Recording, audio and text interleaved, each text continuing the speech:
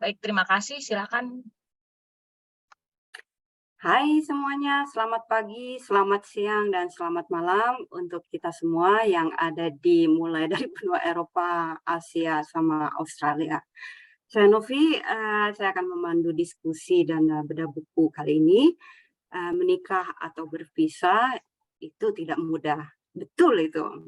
Untuk lebih jelasnya mungkin kita bisa dengar dari pemaparan dua narasumber yang juga penulis dalam buku Cinta Tanpa Batas, Kisah Cinta Lintas Benua. Setelah itu mungkin kita akan bisa dengar pemaparan dan pandangan dari Mbak Alda sama Mbak Vero mengenai kawin campur dan kaitannya dengan literasi dan kesetaraan gender. Mari kita mulai untuk perkenalan. Mungkin Mbak Arum bisa cerita sedikit siapa, background, dan segalanya. Silakan. Oke, terima kasih. Ya, oke, nama saya Arum, namanya Arum Pridelkar. Saya tinggal di Jakarta dan saat ini juga mungkin salah satunya saya yang narasumber yang tinggal di Jakarta ya, lainnya ada di benua Eropa semua begitu. Saya menikah saya menikah 2 kali. Pertama kali saya menikah. Mohon maaf Mbak Arum, tolong nyalakan. Saya matikan semua mikrofon, sorry. Mohon dinyalakan sekali lagi mikrofonnya. Maaf. Oh, oke. Sudah? Sudah, bisa. Oke. Oke. Salam kenal semua. Nama saya Arum Pridelkar. Saya tinggal di Jakarta.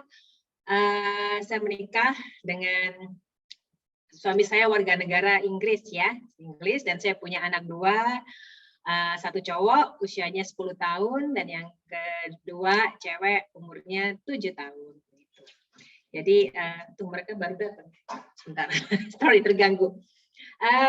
Ya, terima kasih kesempatan yang diberikan ke saya. Sesuai dengan ini saya perkenalan dulu kan ya. Saya kan belum bahas yang lain-lain kan? Yes. Oke, ya. Perkenalan dulu, ya. Mungkin kita bisa sambung ke Mbak Vero. Halo kawan-kawan, nama saya Veronica Siregan. Saya tinggal di Sydney, Australia. Saya mulai tinggal di Australia 2019, tapi saya dulu sekolah di sini, ambil master degree di Australia. Saya bekerja di Australia di salah satu NGO Australia sebagai gender specialist. Dan saya menikah dengan warga negara Australia yang dulu adalah teman sekelas saya. Nah, Mbak Alda silakan.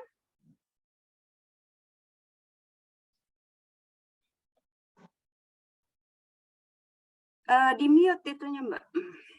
Ya. Halo, nama saya Alda. Saya tinggal di Kortenberg, dekat Brussel. Saya menikah dengan warga negara Belgia, punya anak 2. Yang satu 10 tahun, maaf baru ulang tahun, yang satu 11 dan yang satu 12 tahun, beda 1 tahun.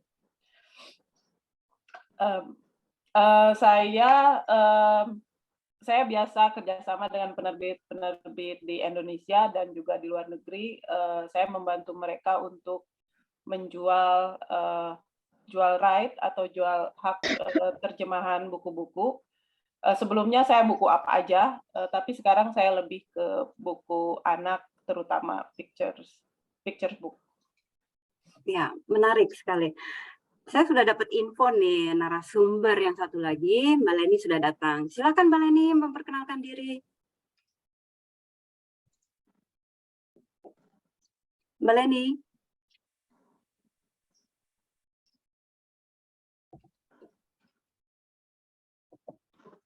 Mbak Leni?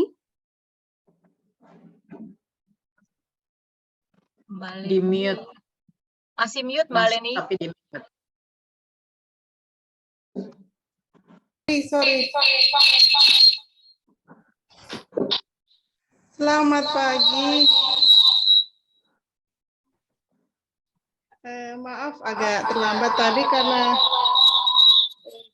jemput tamu. Jadi agak buru-buru. Sorry, tak matiin dulu HP yang di HP ya. Saya kalau di Indonesianya dari Surabaya. Maaf Mbak Leni, agak eko suaranya. Iya, itu sudah saya matiin yang di HP. Karena tadi maksud saya sambil jalan ternyata udah sampai rumah saya buka laptop. Ya. Maaf sebelumnya karena agak terlambat, tadi pagi-pagi harus jemput tamu di airport. Jadi nama saya Leni Mila, kemudian kebetulan saya menikah dengan orang Turki dulunya. Sekarang ya masih tahap untuk nantilah ceritanya. Jadi kebetulan saya ada bisnis di Turki, di Istanbul tepatnya. Jadi saya punya company di sini. Kemudian ada toko Indonesia juga. Dan kita juga sering dilibatkan dalam pameran-pameran baik itu oleh KJRI maupun kalau di Istanbul ada KJRI maupun di Ankara di KBRI. Jadi setiap event yang di Turki pasti selalu kita dilibatkan. Jadi begitu, karena kebetulan memang basically saya di Indonesia pun selalu punya usaha sendiri. Jadi di sini saya belajar untuk mencoba untuk bisnis di Turki. Itu demikian.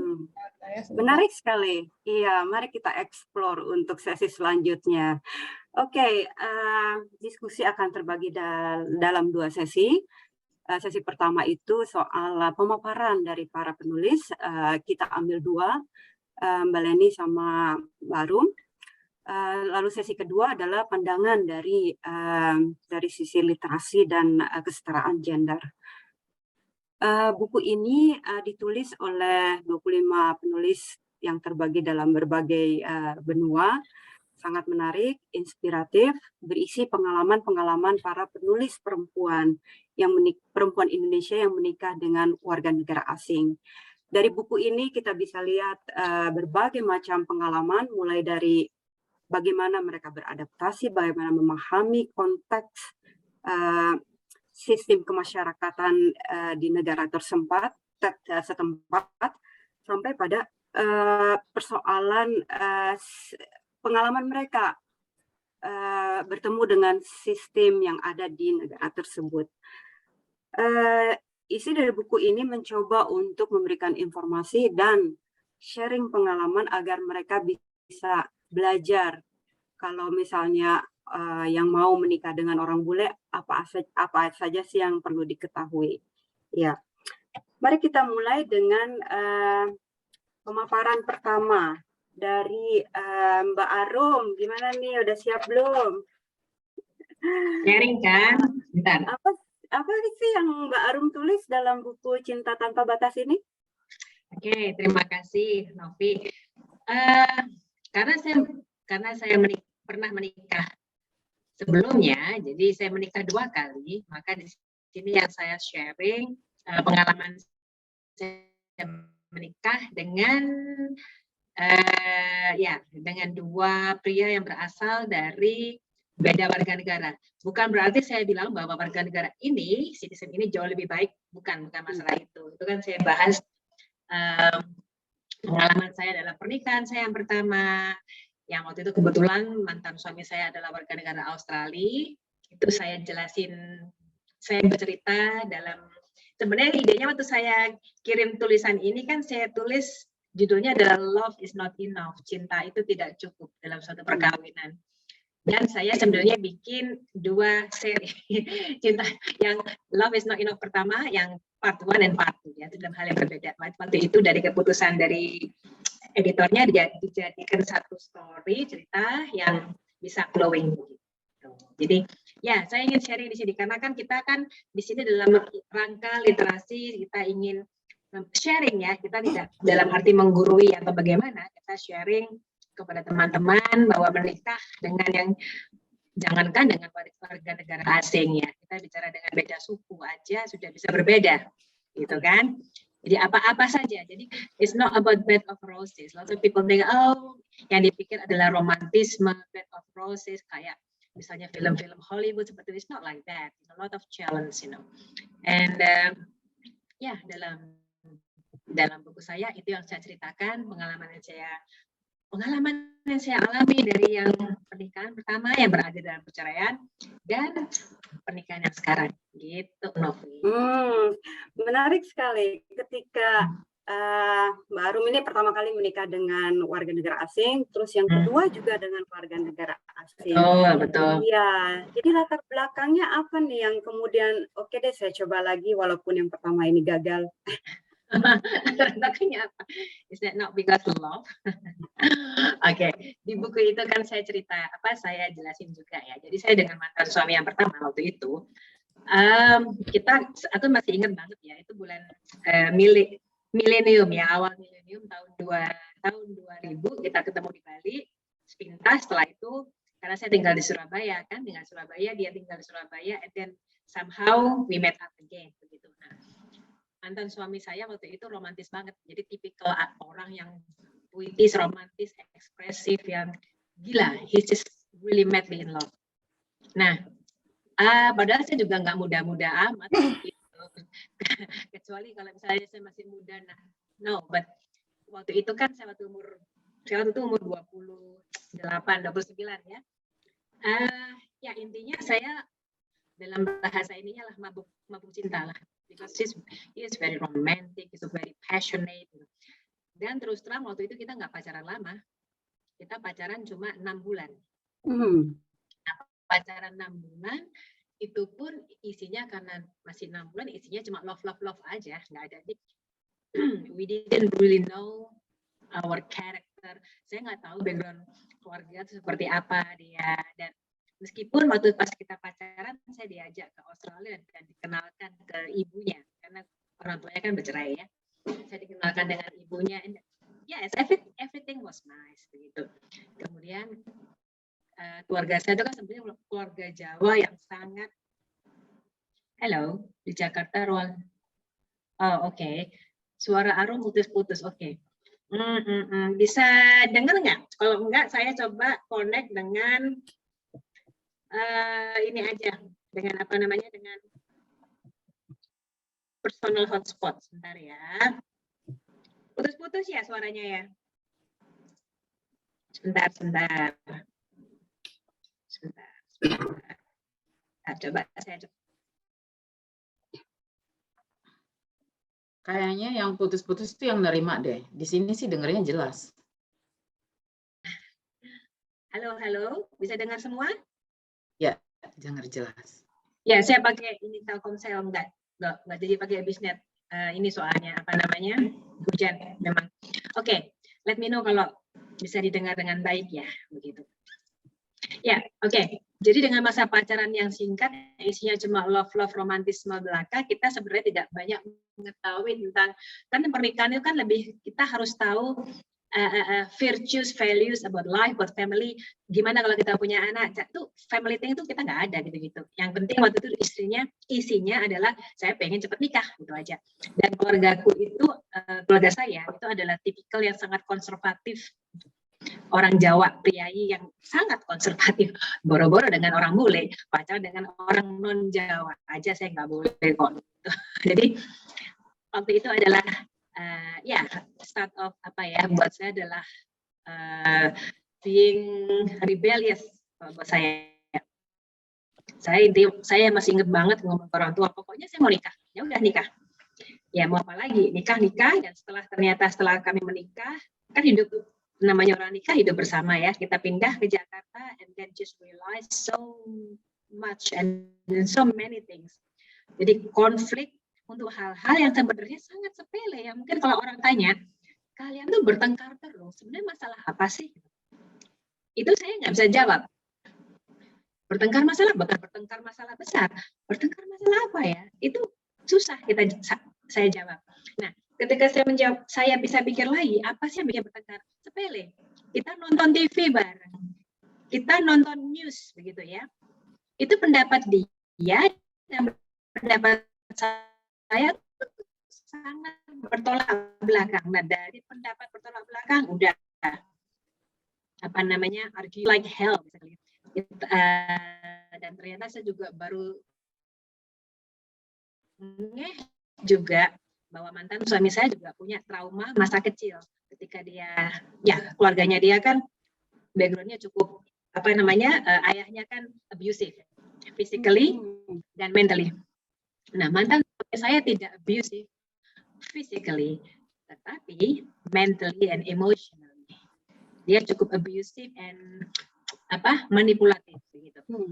Nah, itu ya, well, kita menikah tahun 2002 dan akhirnya tahun 2005 ya dia jatuh cinta dengan perempuan lain, cheating beberapa kali, akhirnya saya memutuskan untuk bercerai. Dan bercerai pun di Indonesia peraturannya waktu itu kan kalau namanya orang bercerai harus hadir itu, ya itu dia nggak mau hadir dan segala macam, sehingga took quite a while begitu secara legal, malah kita sudah berpisah itu. Nah dari situ ya udah, jadi udah selesai cerai dan saya menata hidup baru seperti itu. Tapi saya di situ belajar, oke, sebenarnya bukan lebih pada masalah karena dia warga negara asing, tapi saya lebih melihat pola bagaimana dia dibesarkan oleh orang tuanya. Karena ketika saya bertemu dengan suami saya yang sekarang, dia orang Inggris, itu saya melihat pola pengasuhan dia, pola dia dibesarkan oleh orang tuanya, itu sejalan dengan pola saya dibesarkan. Jadi bukan lebih ke masalah, ini kalau buat saya ya, bukan masalah beda bangsa, beda, karena sebenarnya enggak juga, beda, kita beda orang aja, beda suku aja bisa clash kok. Dan itu yang saya rasakan sekarang ketika kami punya anak 2, tidak pernah sekalipun saya dan suami saya itu berdebat, argue tentang bagaimana cara mendidik anak. Tanpa didiskusikan pun udah sama, karena sejalan cara family virtue-nya. Dan saya pacaran cukup lama dengan suami saya 3 tahun, dan saya belajar dari situ. Saya dulu kecepatan pacaran, saya nggak tahu background dia, yang diomongin cinta-cinta terus. Nah di situ saya pacaran benar, dan ya jujur saya dengan suami saya sekarang sebelum memutuskan menikah, we live together karena I want to know him. Okay? Kemudian saya dikenalkan oleh orang tuanya, sudah spend time sama dengan orang tuanya, dan dia pun dengan orang tua saya yang orang tua saya cocok banget begitu. Karena apa ya, meskipun beda kulit, beda fisik, beda bangsa, tetapi pola pikir, cara apa ya, life virtues and values-nya sangat sejalan. Dan itu yang ya saya akhirnya memutuskan, let's be together. Nanti ya, well, he proposed me and then we got married. Jadi ya sampai sekarang sih kok tengah-tengah biasa. Tapi kalau dalam arti perbedaan visi misi segala macam itu enggak, kita lebih smooth dari situ. Kalau misalnya dikaitkan nih Mbak dengan kita kan bedah buku ini dalam rangka memperingati Hari Literasi Dunia ya. Kalau misalnya dikaitkan dengan literasi, ada nggak pengaruh dari buku yang mungkin Mbak pernah baca yang kemudian mempengaruhi pola pikir bahwa cinta aja memang nggak cukup, saya juga harus mempelajari background dari pasangan saya selanjutnya. Banyak. Penulis favorit saya adalah Paulo Coelho. Itu dan buku yang benar-benar saya jadi ingat tuh. Saya karena ini saya masih ingat waktu Paulo Coelho merayakan apa gitu, kemudian dia bilang ke pembacanya, posting salah satu buku saya yang bikin kamu is change your life. Nah, waktu itu saya post dan dimasukkan ke website dia. Buku dia yang judulnya The Sahir. Tentang itu apa tuh, Mbak? buku dia yang tentang apa tuh? The Nature of Love. Dan sebenarnya itu waktu itu kan saya dalam kondisi yang apa namanya sudah dalam apa ya, sudah berpisah tapi belum legal cerai segala macam gitu-gitu itu. Dan buku itu benar-benar eye opening buat saya tentang sebenarnya cinta itu seperti apa sih. And then I just realized you have to love yourself first, ya.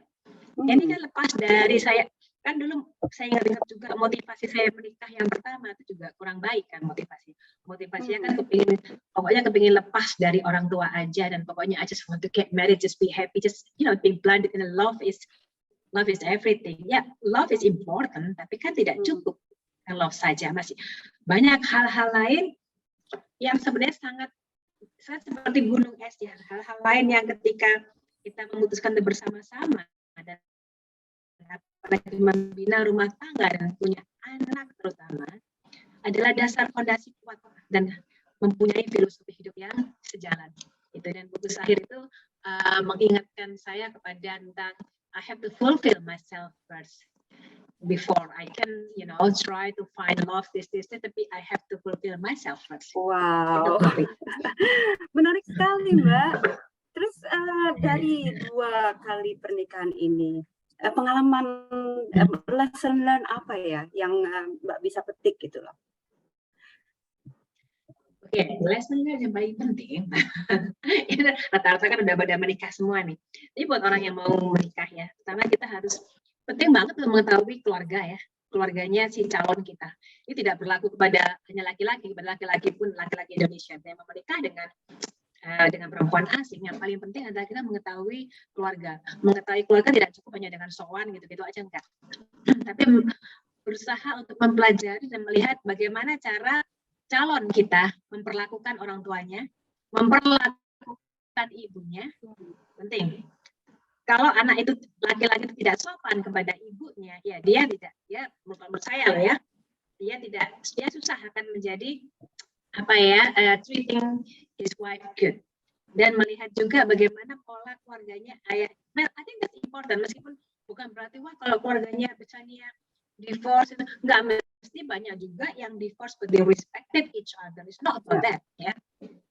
Jadi melihat bagaimana pola keluarganya, bagaimana dia berinteraksi seperti itu, dan penting juga melihat apakah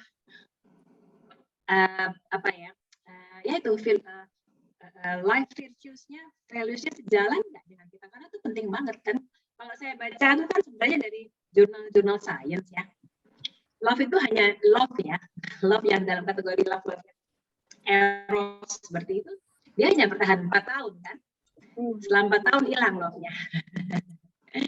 Ada faktor-faktor lain yang dia akan menguat, love-nya akan bukan berarti love-nya gone, tapi love itu akan transform kan menjadi bentuk love yang berbeda. Nah, kalau misalnya love yang ini sudah hilang tapi karena tidak bisa transform, kan terlalu banyak perbedaan, ya buat apa? Begitu. Jadi penting untuk mengetahui bagaimana dia tumbuh, bagaimana cara dia melihat kehidupan, and how he treats his parents or his sister or his brother, something like that. Terima kasih Mbak Rum sharingnya filosofis di pagi hari di waktu Eropa. Di sore hari waktu Jakarta. Iya, sore hari Jakarta, malam di Australia. Gimana nih, mari kita pindah ke Mbak Leni. Halo. Mbak, aku nggak pakai background ya, nggak kelihatan wajahku tadi. Ya, Mbak Leni bisa cerita tulisannya yang ada di buku Cinta Tanpa Batas? Saya sebenarnya menulisnya tentang problem kita, lika-liku kita sebagai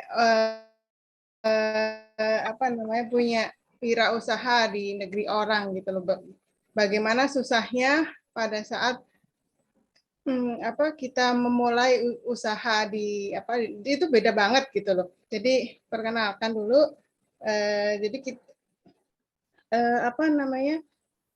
ini judulnya dari tulisan saya itu menjadi perempuan tidak normal di negeri orang. Jadi kebetulan waktu di Indonesia saya memang sudah punya usaha juga gitu. Jadi saya kontraktor karena saya teknik sipil. Jadi di Indonesia itu kita kayaknya bisnis woman itu udah biasa, sekolah tinggi udah biasa. Di Turki sebenarnya juga banyak sih, cuman kayaknya mereka masih yang perempuan usaha sendiri gitu kan, itu kayaknya yang susah banget gitu. Jadi Saya cerita itu aja. Jadi awal-awal saya tinggal di Turki 2 tahun itu benar-benar yang jadi kata dalam tempurung, udah nggak boleh keluar, nggak boleh ngapa-ngapain, nggak dikasih uang, kayak gitu. Itu yang nah, kebetulan kita kan di Indonesia udah terbiasa mandiri, kerja sendiri, terbiasa pegang uang, dan kita memang culture-nya kan di Indonesia itu istri itu dikasih kayak bulanan monthly gitu kan. Ternyata di Turki itu tidak gitu. Jadi itu agak terkaget-kaget. Sebenarnya pernah dibahas sih sebelum kita menikah, itu pernah dibahas, tapi ternyata pelaksanaannya juga beda lagi gitu loh. Jadi akhirnya benar-benar yang shock banget ya, kok ternyata begini ya. Terus habis gitu saya tidak biasa harus di rumah bersih-bersih, tapi ya itu semuanya dilakukan sendiri. Padahal saya kan tidak biasa kerja rumah gitu ya. Jadi harus semuanya dilakukan sendiri. Dan orang Turki ini punya budaya itu bersih banget, memang harus bersih sampai debu itu kayak mertua itu datang pasti dipegang meja, dinding itu dipegang gitu. Jadi memang orang Turki itu memang untuk kebersihan memang luar biasa gitu. Jadi sampai mereka tuh dinding aja digosok, dinding jendela, pintu itu seperti itu. Jadi tapi menurut saya buat apa gitu, dan kita harus ngelakuin kayak gitu. Sementara kita bisa kerja yang lain misalkan, tapi ya itu memang kebiasaan ya. Jadi susah juga. Jadi saya harus melakukan seperti itu, rasanya udah harus cuci sendiri, harus setrika sendiri. Memang itu ya, kecuali misalkan kalau kita dapat suami yang mungkin bisa membayar orang untuk bersih-bersih untuk itu. Sementara pada umumnya rata-rata memang semuanya dikerjakan sendiri kalau kita di luar, dan itu memang berat. Satu itu, yang kedua, saya tidak bisa kemana-mana karena memang kayak dibiasakan nggak boleh keluar tanpa dia. Itu juga buat saya itu yang luar biasa. Sementara saya tinggal di Surabaya dulu. Sementara kita di Surabaya nyetir sendiri aja dari Surabaya ke Semarang, karena orang tua saya di Semarang biasa, tapi di sini tidak diperbolehkan keluar. Dan saya sampai berapa tahun itu nggak tahu naik public transportation, itu nggak tahu sama sekali, karena memang nggak boleh gitu loh. Jadi emang saya bisa ya hidup kayak gitu. Jadi akhirnya sampai tahun kedua saya bilang saya harus melakukan sesuatu.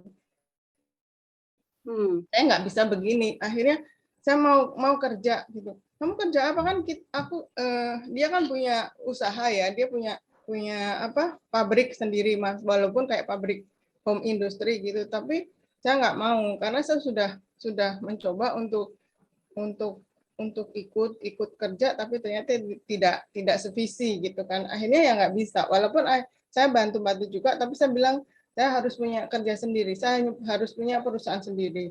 Kebetulan pada saat itu saya diberi tugas sama sebuah komunitas di Indonesia untuk membuat perwakilan di Turki. Nah itu kemudian akhirnya saya dari awalnya dari situ, kemudian saya berpikir gimana kalau saya bikin toko Indonesia kayak gitu kan. Ya itu akhirnya, tapi ya kesulitannya memang karena saya masih WNI, kebetulan saya masih WNI, dan awalnya memang saya berpartner sama orang Turki, artinya dengan partner Turki, karena memang dianjurkan, memang bukan itu sih, bukan syarat utama, tapi dianjurkan memang berpartner dengan orang Turki, karena satu, untuk urusan perbankan, urusan apapun itu susah kalau kita warga asing, apalagi orang Turki kan tidak pakai bahasa Inggris ya, mereka nggak ngerti bahasa Inggris, itu susah sekali. Jadi perbankan selama kita masih WNA juga susah. Sementara jadi saya kan perusahaan itu arahnya ke ekspor impor, jadi nggak cuma toko Indonesia aja, tapi kita berharap someday kita bisa benar-benar ekspor barang-barang dari Indonesia. Jadi itu sih. Jadi ya pada saat sudah pelaksanaan di lapangan itu yang luar biasa gitu loh. Jadi kayak saya nemukan tempat untuk usaha itu kan harus ada apa namanya penjamin. Jadi dulu penjamin suami. Kebetulan karena setelah ada berjalan waktu itu saya nggak sesuai, saya nggak mau lagi berpartner dengan orang Turki sampai akhirnya saya beli itu, saya beli itu perusahaan, jadi saya beli sendiri. Itu pun susah luar biasa karena saya sendiri dan mereka ini memang ada agak-agak apa ya namanya rasis juga ya dengan WNA kayak gitu kan untuk bukan rasis ya apa ya maksudnya mereka lebih hati-hati kayak gitu ya. Jadi untuk urusan apapun kadang-kadang kita susah gitu. Apalagi saya urusannya dengan bea cukai, custom. Itu sudah semua harus ditranslate ke bahasa Turki. Kemudian apa ya? Berurusan kontrak-kontrak itu juga karena saya bisa bahasa Turki tapi belum selancar yang kalau bahasa bisnis, bahasa ekonomi, bahasa hukum itu beda banget dengan bahasa kita sehari-hari. Jadi selalu saya didampingi dengan translator. Itu juga kendala gitu loh. Pada saat kita bisnis, kadang-kadang ada pasal yang kita nggak ngerti gitu loh. Itu bukan seperti bahasa kita pergaulan sehari kan enggak. Jadi bahasa hukum itu ternyata beda banget gitu. Jadi itu makanya saya soalnya pernah kejadian itu ada sedikit pasal yang diselipin bahwa itu keuntungan buat mereka gitu loh. Akhirnya saya tidak mau sign. Jadi sekarang untuk make sure saya selalu didampingi oleh penerjemah bahasa Inggris dan agreement-nya bahasa Turki. Kendala-kendala di lapangan itu memang luar biasa ya. Jadi masalah hukum karena memang saya punya usaha di Turki, tapi masih WNI. Itu juga kendala sekali karena untuk segala pengurusan administrasi apapun itu memang luar biasa. Kemudian kalau masalah apa ya? Kalau culture memang di sini gimana ya? Turki ini kadang-kadang saya juga agak rumit, jadi ya kayak berbau-bau Middle East, tapi juga kadang-kadang mereka mengaku Eropa. Jadi lifestyle-nya sudah kayak mengaku Eropa, tapi budayanya kadang perempuan itu tetap yang ibarat ya lu harus di dapur gitu loh. Gitu. Tapi jadi kan ya Mbak Leni udah cerita nih ya soal tantangannya mulai dari bea cukai, terus bahasa karena bahasa percakapan beda dengan bahasa keilmuan, mulai dari hukum, administratif dan segala macamnya ini. Terus perjuangannya itu gimana Mbak bisa menaklukkan istilahnya? Ini masih berjuang. Gimana tuh? Masih berjuang. Ya tapi ya akhirnya apa ya? Yang menarik sekali sih liku-likunya gitu. Apalagi saya kan engineer ya. Itu sekarang kita berbicara masalah trading. Tradingnya trading internasional. Itu juga sebuah ilmu baru buat saya gitu. Jadi pada saat kita harus berhadapan dengan apa namanya buyer di Turki yang berbahasa Turki, kemudian dia nggak ngerti bahasa Inggris, kemudian kita datangkan barang dari Indonesia, kemudian belum juga dengan rule-nya harus masuk Turki, itu juga Turki agak susah juga sih untuk karena ya itu juga masalahnya Indonesia Turki juga belum ada agreement dari pemerintah juga nggak ngerti ya karena bunganya besar kayak gitu, tax untuk biaya custom itu besar sekali kayak gitu. Jadi memang ya itu belajar artinya proses dan mengasihkan sih, cuman ya berdarah-darah gitu loh artinya ya tapi apa ya buat saya itu tetap tantangan karena saya tidak bisa diam gitu. Apalagi setelah ada masalah dengan suami, artinya saya fight sendiri dan saya bilang bahwa ini usaha saya sendiri. Saya nggak mau ikut campur keluarga suami saya nggak mau ikut campur. Yang itulah.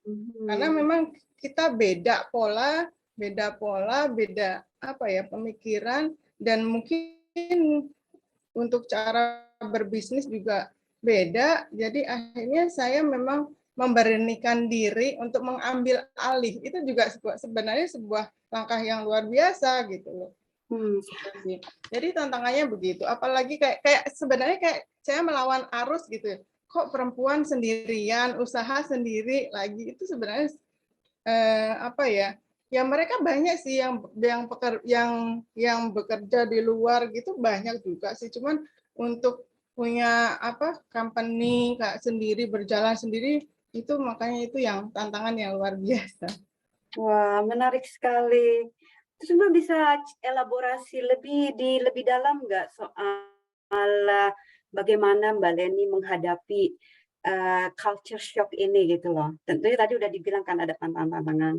Apakah ada upaya mengkompromikan dengan suami misalnya, atau mencari support system, atau gimana nih Mbak?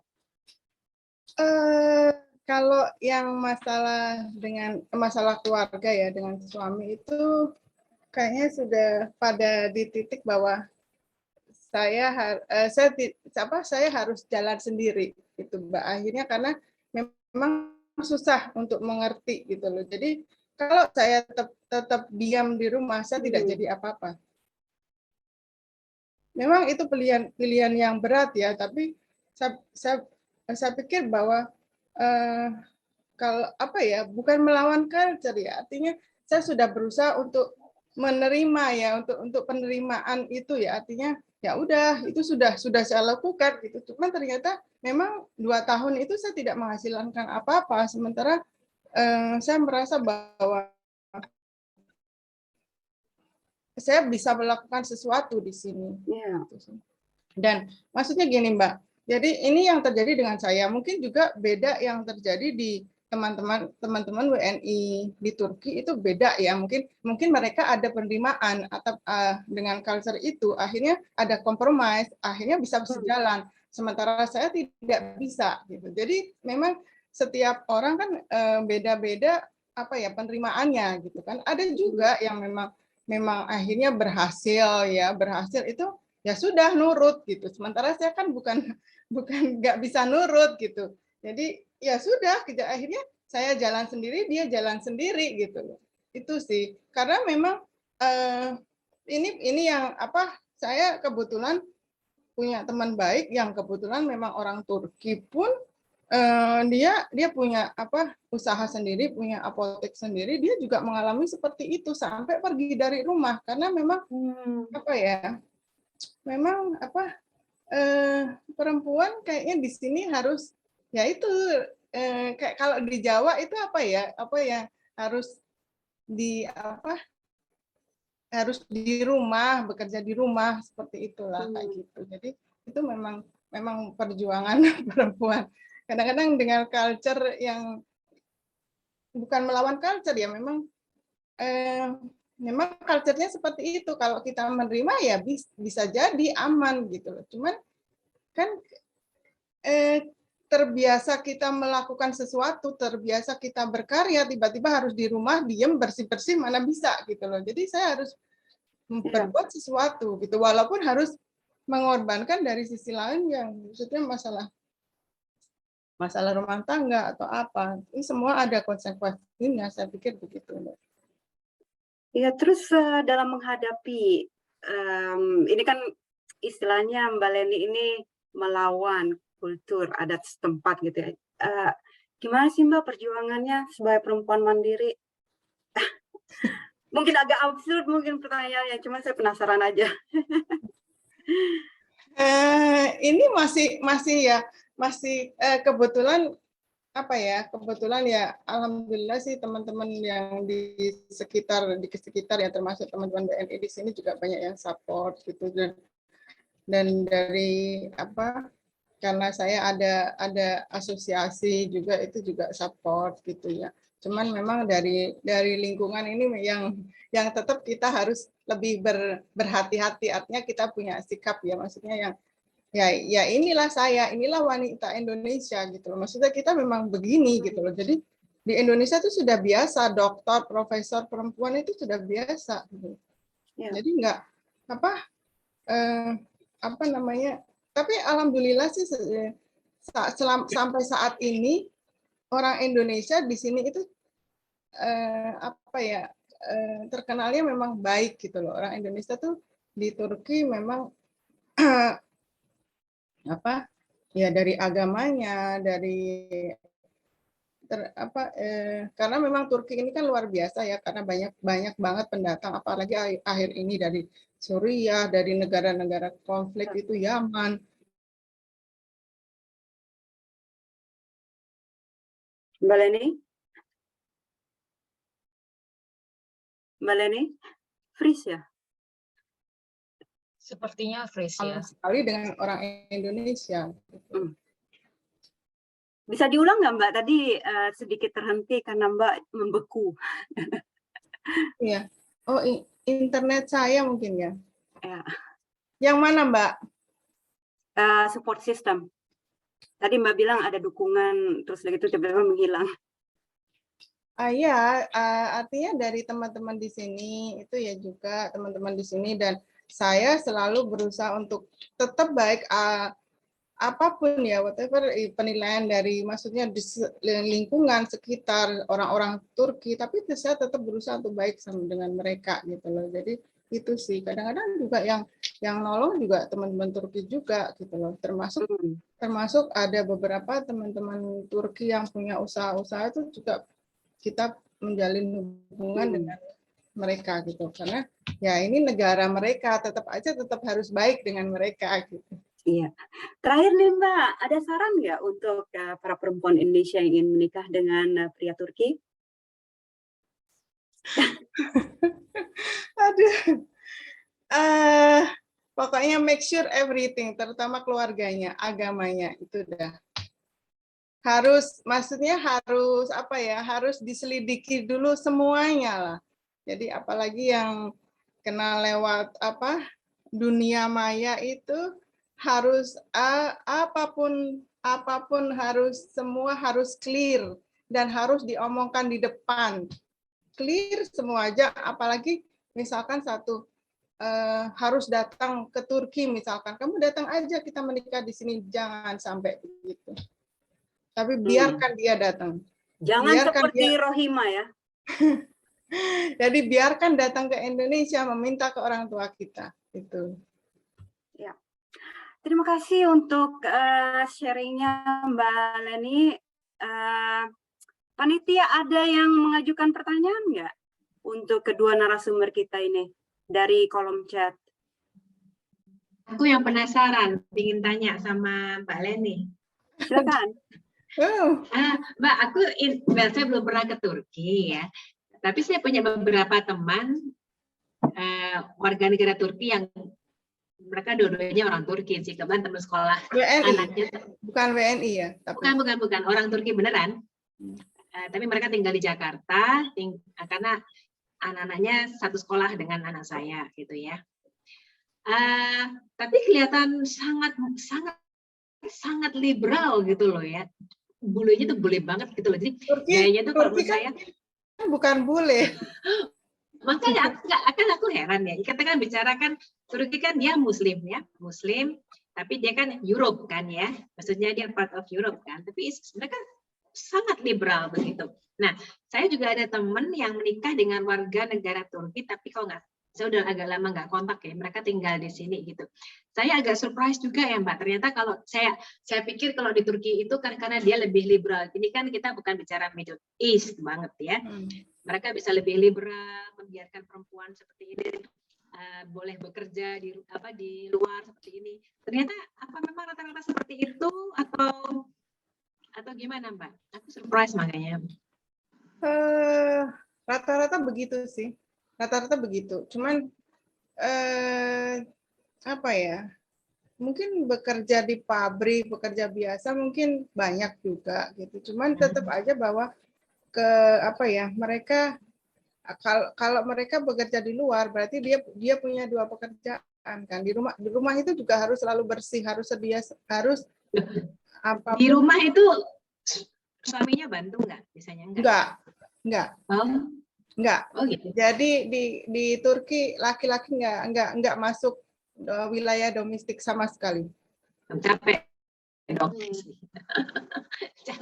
Itu memang Mabuk juga. itu memang culture-nya sini. Kalau bisa Itu memang budayanya ya. ya kalau bisa malah dipijetin, diapain, udah disediain semuanya. Dia nggak mau tahu. Dia nggak mau tahu masalah masak, masalah cucian apapun nggak. Soalnya saya lihat beberapa teman saya ada 3-4 orang yang warga negara Turki, mereka terlihat yang, waduh, yang sangat liberal banget. Bukan liberal ya, sekuler ya mungkin ya. Tapi dari gaya berpakaian. Oh iya, Itu mereka. Jadi jangan berpikir bahwa Turki seperti yang digambarkan oleh orang Indonesia bahwa Muslim sekali enggak. Di sini udah sekuler banget gitu loh. Ramadan itu orang makan udah biasa di jalan-jalan. Jadi nggak seperti kayak Indonesia. Jadi pada saat datang ke sini pun saya juga sempat shock gitu loh. Loh, ternyata nggak seperti ini gitu loh. Sementara kan kita di Indonesia aja ya muslimnya kan yang muslim seperti itulah, maksudnya sholat 5 waktu, yang puasa kayak gitu. Di sini mah kagak ada. Terus tadi Mbak Leni bilang kalau waktu mas menikah itu kan tidak diberi, maksudnya nggak dikasih uang belanja, itu maksudnya terus bagaimana kalau soal keuangan Mbak biasanya gitu? Dikasih ya sesuka-suka dia. Jadi di sini kebiasaannya yang belanja pun laki-laki, yang bayar pun laki-laki. Sebenarnya enak-enak aja, cuman kan kadang-kadang mereka tidak berpikir untuk kebutuhan wanita itu apa yang lain selain dari domestik ya, artinya keperluan rumah tangga kan ada. Kita kan butuh skincare, butuh benar pengen belanja baju, mau ke salon misalnya. Tapi itu kan minta ke suami ya. Iya, kadang minta.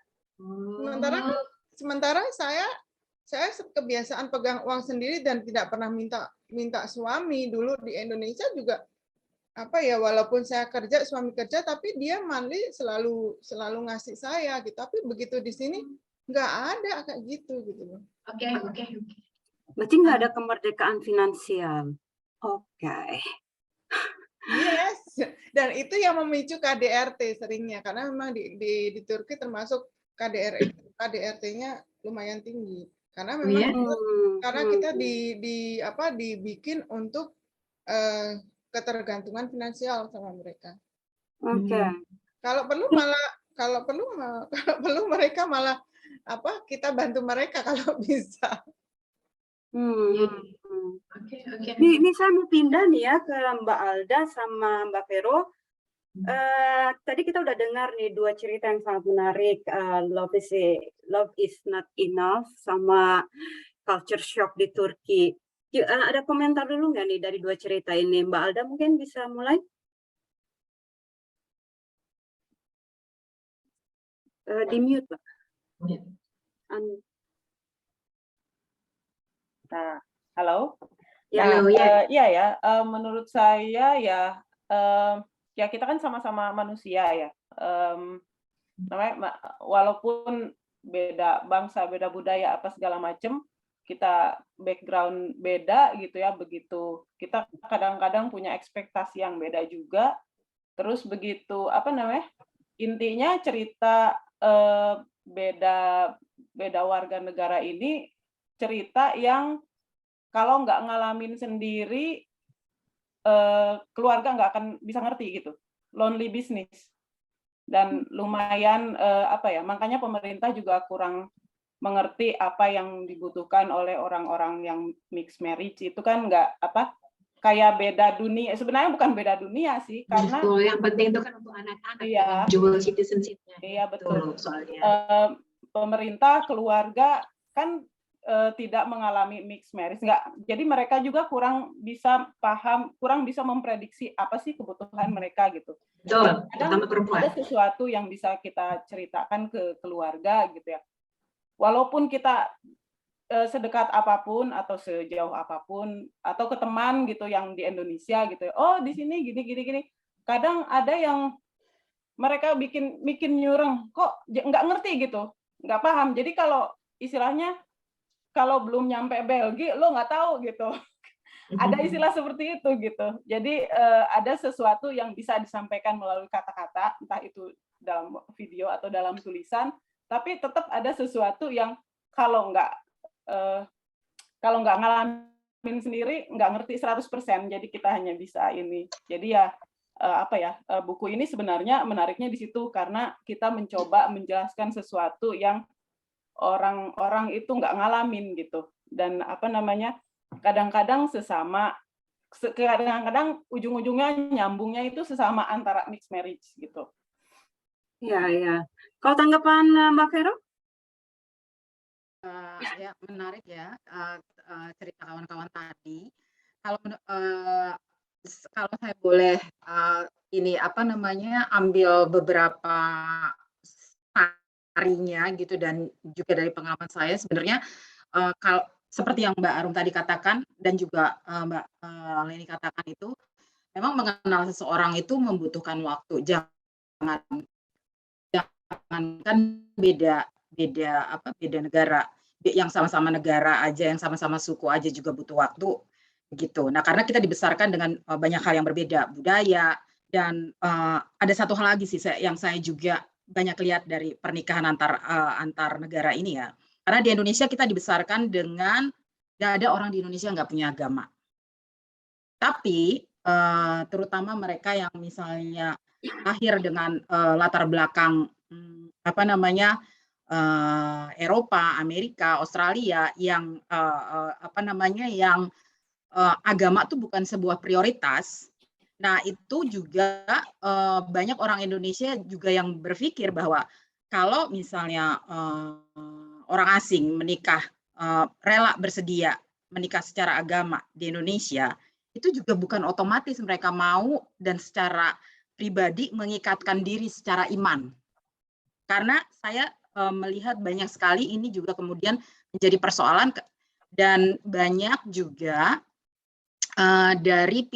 dari kedua belah pihak akhirnya saling merasa tidak nyaman karena yang satu merasa terutama kalau misalnya nih saya pernah ada kawan gitu ketika dia pindah ke agama tertentu gitu kemudian ketika ada datang ke Indonesia terus ada keluarga kok dia nggak sholat kok dia nggak ini kok dia nggak Jumatan kayak gitu. Nah ini yang nggak semua jangankan gitu orang yang mau menikah harus memahami konteks ini dulu. Kemudian ada satu hal lagi yang saya juga mau garis bawahi. Menikah itu sebenarnya adalah mengikatkan diri secara hukum.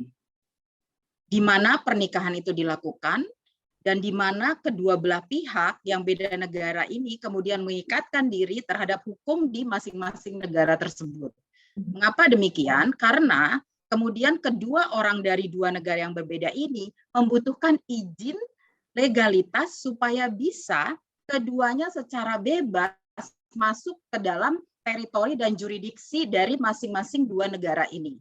Misalnya terkait dengan status izin tinggal, status akses terhadap kesejahteraan, welfare system, kemudian akses untuk bekerja, dan akses dan status legalitas anak. Nah, ketika saya katakan banyak sekali orang ya, karena gini, kita nikah ya, yang penting gue udah nikah, selesai, terus tapi orang tuh jangankan di luar negeri ya, di Indonesia aja menikah itu sebenarnya adalah mengikatkan diri kita secara hukum dengan seseorang dan ada implikasi hukumnya. Nah, implikasi hukumnya ini yang banyak orang nggak pernah, bahkan mungkin nggak banyak informasi atau membutuhkan waktu untuk mencari informasi-informasi ini.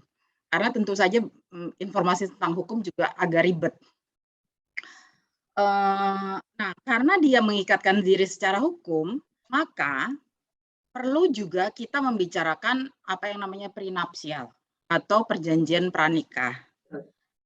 Karena perjanjian pranikah ini sesuatu yang harus disepakati sebelum membuat pernikahan. Saya memiliki prenup dengan suami saya dan karena saya melihat apa konsekuensi yang saya hadapi sebagai warga negara Indonesia jika saya menikah dengan orang asing. Nah, saya memiliki prenup itu dan kemudian saya mencatatkannya kepada notaris dan masuk ke dalam catatan sipil, di mana saya menikah di Indonesia, dan apa juga konsekuensinya dari pernikahan di Indonesia terhadap hukum di Australia. Nah, semua itu memang perlu dipahami secara terbuka, memberi pengetahuan kepada masing-masing pasangan. Yang terakhir, menurut saya, saya masih ada dua poin lagi, finansial. Nah, kita tuh perlu sepakat dulu bagaimana cara akses terhadap keuangan, karena apakah kita bisa bekerja kalau kita tinggal di negara tersebut, dan yang kedua, bagaimana pengaturan keuangan jika misalnya salah satu pihak tidak bekerja. Nah, misalnya kalau kayak Mbak Leni tadi udah biasa bekerja, terus tiba-tiba nggak pegang uang, ya pasti stres lah. Dan terutama jika terbiasa memiliki kemerdekaan individu ya, bagaimana Mbak Leni kemudian seorang engineer tiba-tiba harus sibuk dengan urusan domestik, pasti stres. Nah, yang terakhir support system. Kita harus tahu jika terjadi masalah hukum, kita harus lari kemana. Jika terjadi KDRT, kepada siapa kita dapat meminta tolong.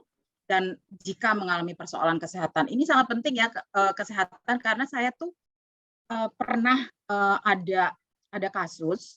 Jadi dia warga negara Indonesia dengan orang asing, dengan orang Australia waktu itu. Mereka tuh berada dalam posisi masih yang perempuannya masih turis visa dan ternyata hamil dan mengalami masalah. Nah, nggak otomatis dia bisa mendapatkan akses Medicare, welfare system di sini, karena dan yang lebih parahnya lagi, dengan visa turis dia tidak membeli asuransi privat, asuransi swasta. Nah, yang kayak gini-gini tuh kelihatannya sederhana. Dia cuma datang pertama-tama liburan untuk saling mengenal, atau ternyata udah hamil dan kemudian kehamilannya bermasalah gitu. Nah, sesuatu yang memiliki persoalan yang dikaitkan dengan hukum yang berlaku di negara setempat gitu, dan bukan hal mudah untuk bisa memahami hal ini kalau emang nggak serius juga untuk mencari informasi. Itu aja dari saya. Terima kasih, tanggapannya menarik sekali. Saya harap ya ini bisa membakar supaya para publikum yang di sini menjadi interest untuk mengajukan pertanyaan. Mungkin panitia udah ada yang mengajukan pertanyaan untuk dua narasumber pertama? Nggak ada. Oke, kita sambung ke sesi kedua nih, Mbak Alda nih, yang sudah berkecimpung di dunia literasi. Bisa nggak kasih komentar seberapa jauh sih dunia literasi Indonesia, ya, kita fokuskan ke Indonesia ini, yang membahas isu kawin campur? Sebenarnya udah banyak ya, udah dari zaman zaman penjajahan zaman pujangga lama gitu ya. Mereka membahas perempuan yang tapi statusnya beda ya saat itu, jadi lebih ke buku-buku antropologi lah, soalnya kan mereka banyak perempuan Indonesia yang bekerja di rumah penjajah ya saat itu, lalu dijadikan gundik, lalu melahirkan anak-anak, jadi anak-anaknya mix Indonesia sama Belgia, jadi bukan keluarga yang normal lah jadinya. Itu udah banyak ceritanya, dari Pariem, terus Bekisar Merah, Ronggeng Dukuh Paru, terus Chinese Princess kalau nggak salah, itu cerita tentang, saya belum baca sih yang Chinese. Itu sebenarnya cerita-cerita perempuan Indonesia yang punya anak mix dan suaminya tuh bukan suami tidak punya posisi suami yang secara normal kita tinggal serumah dan punya status suami istri yang biasa gitu. Kalau zaman sekarang banyak juga, sebenarnya udah banyak sih, selain buku Cinta Tanpa Batas. Nah, punya dong. Nggak kelihatan. Kelihatan. Nah, punya. Ya, kelihatan. Lalu ada Long Distance Love, tapi mereka khusus yang ketemu jodohnya ini di dunia maya, terus mereka punya cerita, itu buku antropologi juga. Lalu kan dari apa namanya, komunitas kawin campur juga kan ada mixed marriage ya, kalau nggak salah bukunya Mbak Dia. Terus jodoh dari negeri seberang, nikah sama bule, kayaknya udah lumayan.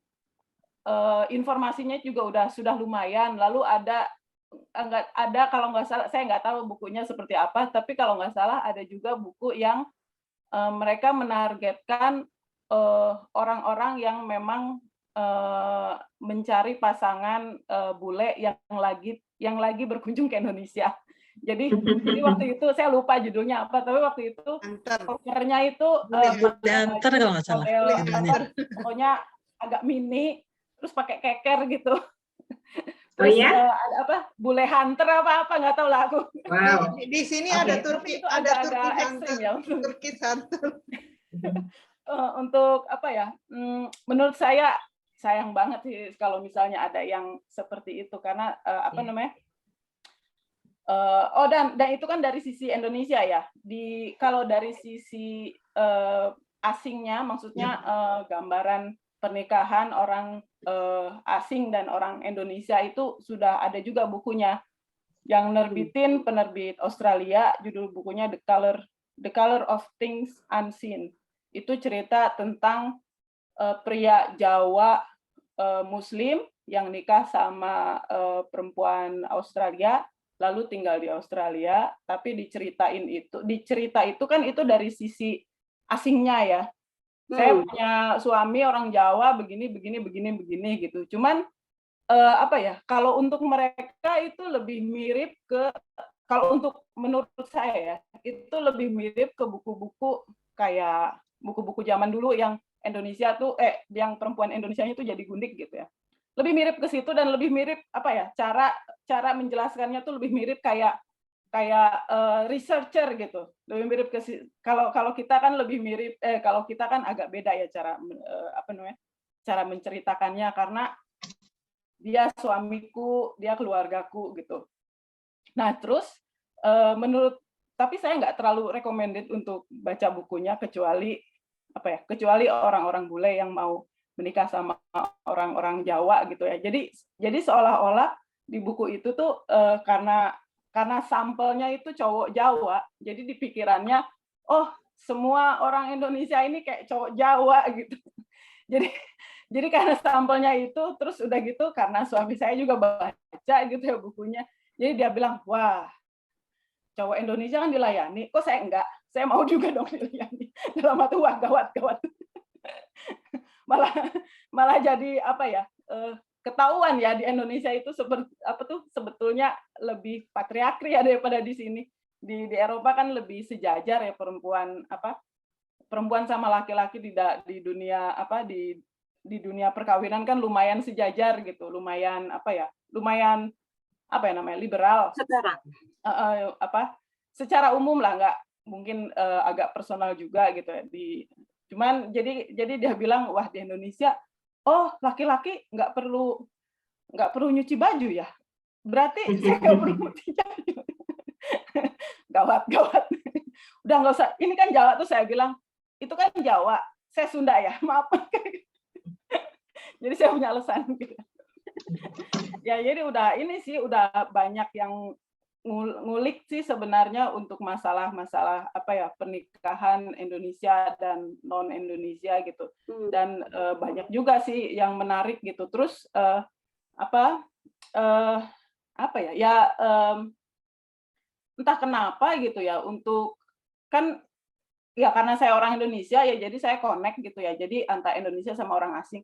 Tapi saya nggak pernah ngedenger cerita-cerita, wondering myself gitu ya, kok misalnya Malaysia dengan orang asing atau India sama orang asing, atau ya Jepang saya pernah dengar sih, Jepang sama Korea karena mereka agak beda gitu, kok nggak pernah dengar gitu. Cuman kurang, mungkin saya pikir cerita-cerita yang seperti ini cukup hanya hanya beredar di orang-orang yang relate aja gitu. Jadi karena apa, cerita-cerita tentang Indonesia tentu saja relate sama saya gitu ya.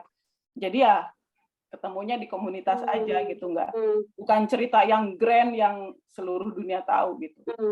Ya. Artinya ada faktor kedekatan yang membuat orang-orang mencari tahu apa sih isi dari buku ini. Ya. Apakah Mbak bisa juga bukan menyimpulkan, membuat sedikit kesimpulan kalau misalnya orang-orang yang ingin menikah dengan bule terus kemudian terjadi masalah, apakah ini faktor dari kurangnya informasi literasi soal apa aja persoalan yang akan muncul dalam isu kawin campur? Ya, sebenarnya itu lumayan isu yang berat ya. Kadang-kadang orang Belgia pun nggak tahu peraturan nikah sama non-Belgia itu peraturannya kayak gimana. Nah, terus dan itu perlu di ini ya, perlu di apa ya? Mungkin kalau untuk sekarang lebih gampang karena ada komunitas, bisa tanya-tanya, bisa apa? Bisa tanya-tanya ini gimana gitu. Tapi untuk zaman dulu kan agak beda. Pemerintah sendiri nggak apa ya? Tidak memfasilitasi kamu kalau nikah sama orang asing begini nggak ada khusus, kecuali di UK ya, kayaknya di UK itu di bagian kayak semacam posyandunya itu apa ya, kan setiap posyandu kan suka ada buku cara mendidik anak apa segala macam, itu dalam berbagai bahasa gitu, jadi mereka nerjemahin dari ke bahasa Turki lah, bahasa apa segala macam, segala bahasa ada di posyandu gitu. Kalau kayaknya saya nggak pernah dengar di negara lain ada yang sampai seperti itu gitu, perhatiannya terhadap keluarga mix gitu ya. Dan apa ya, di Belgia ini saya tahu sebelum menikah gitu ya, karena karena kebetulan dapat mata kuliah hukum Belgia gitu ya, salah satu mata kuliah. Jadi di Belgia ini properti itu tidak jatuh terhadap pasangan walaupun menikah gitu. Misalnya suami meninggal terus punya rumahnya itu kalau walaupun nggak punya anak gitu ya, rumahnya tuh akan jadi gitu, warisan terus segala macam itu tuh berbeda, walaupun bukan orang walaupun sesama Belgia ya, itu nggak jatuh ke ini, apalagi non Belgia, maksudnya nggak itu kayaknya mereka tumbuh di kehidupan, jadi untuk mereka itu masuk akal, tapi untuk bangsa lain mungkin itu tidak masuk akal ya, masa kehilangan suami terus rumah bukan milik istri, kan kayaknya nggak masuk akal kalau untuk yang lain gitu. Cuman ya itu jadi sebetulnya sebelum menikah sama orang asing itu saya kebetulan udah pernah tinggal di Belgia lama, sebelum menikah sudah ada di Belgia, walaupun masih ada di Indonesia atau dimanapun gitu ya, lebih baik mencari peraturan secara hukum, konsekuensinya apa, seperti yang sudah dijelaskan sama Ibu Vero. Jadi ya itu hal-hal yang penting yang kebetulan pemerintah lumayan miss ya, atau enggak tidak ada fasilitas yang khusus gitu. Mungkin kita bisa tanya sama notaris yang seperti apa gitu ya. Terus kebetulan saya juga punya prenup karena waktu itu kan suami punya usaha kecil ya sama temennya. Jadi kalau nggak punya prenup, kalau usahanya bangkrut dan punya hutang yang cukup besar, saya bakalan kena gitu. Properti sendiri nggak bakalan kena gitu. Jadi tanggung jawabnya berhenti gitu di situ. Itu untuk melindungi diri saya sendiri. Benar-benar melihat setiap peraturan setiap negara gitu ya. Jadi aneh sih ya menurut saya kalau misalnya misalnya ya, anaknya masih kecil Terus dia pengen karena ditinggal suaminya, ya buat apa tinggal di Belgia, saya pengen pindah ke Indonesia. Ya masuk akal juga sih, karena kan ya kan kadang-kadang kita butuh tinggal sama keluarga gitu ya. Tapi rumahnya milik anak gitu, anaknya masih kecil, tidak bisa memutuskan apa-apa, dan rumahnya nggak bisa diapa-apain gitu. Sampai anaknya umur 18 tahun bisa secara legal memutuskan dijual atau apa segala macam. Itu lumayan bermasalah sih di bagian situ. Dan katanya kalau misalnya istrinya, maaf ini masih rumor ya, jadi saya belum tahu pasti.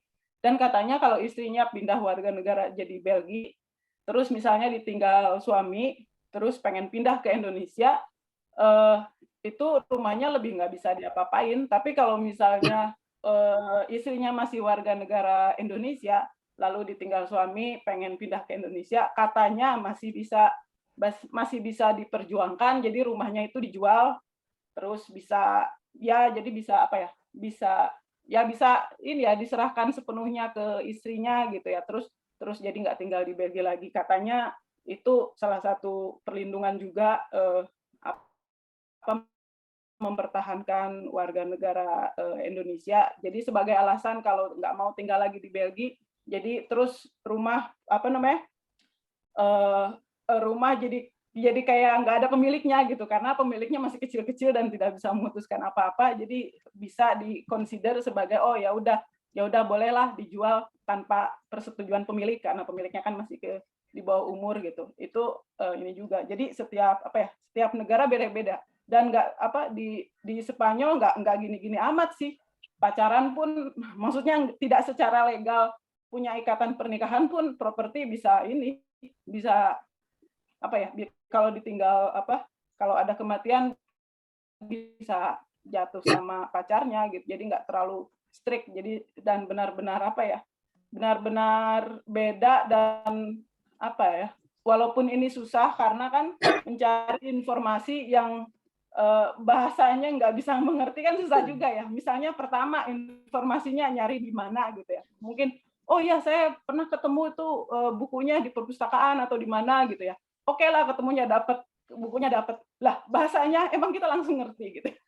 udah bahasa asing yang bukan bahasa Inggris, terus udah gitu bahasanya pun level-level hukum gitu, ya tetap aja nggak ngerti gitu. Jadi ya mungkin kalau misalnya emang menurut memang penting memang penting sekali ya datang ke notaris sih yang bisa bahasa Inggris gitu, jadi bisa mengajukan pertanyaan secara detail untuk ininya. Ya memang kelihatannya ngapain sih kayak gini-ginian gitu, kok kayak nggak percaya sama calon sendiri gitu.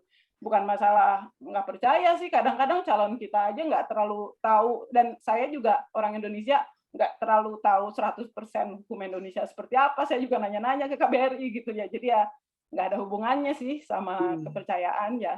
Jadi itulah sesuatu yang kadang-kadang orang miss untuk dijalankan, dan lumayan ada efeknya ke depan gitu. Nih, kurangnya literasi tentang kawin campur, apakah dipengaruhi juga oleh permintaan pasar yang lebih senang meromantisir mixed marriage?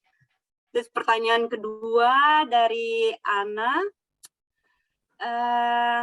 bagaimanakah seharusnya menempatkan posisi perempuan dalam dunia literasi yang kebanyakan cerita-cerita di novel Indonesia lebih memusatkan pada sisi domestik? Gimana nih tanggapannya deh? Antara permintaan pasar, yang pertama tadi apa? Yang pertama soal ini novel Indonesia itu lebih meromantisir. Apakah ini karena permintaan pasar, karena meromantisir? Kalau menurut aku tergantung gender bukunya ya. Kadang-kadang ada gender buku yang non fiksi gitu. Kalau nggak salah Singapura yang nerbitin gitu ya. Jadi jadi bukunya seperti sifat-sifat manusia orang Jawa seperti ini, orang Sumatera seperti ini. Ada bukunya, dan saya juga lumayan. Ini kadang-kadang aku harus merasa tersanjung insult nih. Jadi kayak borok-boroknya dikeluarin gitu loh. Orang Sunda matre ya. Kalau orang Batak gimana, Mbak Alda? Saya nggak baca bukunya sih, cuman ada yang ngeluarin Singapura.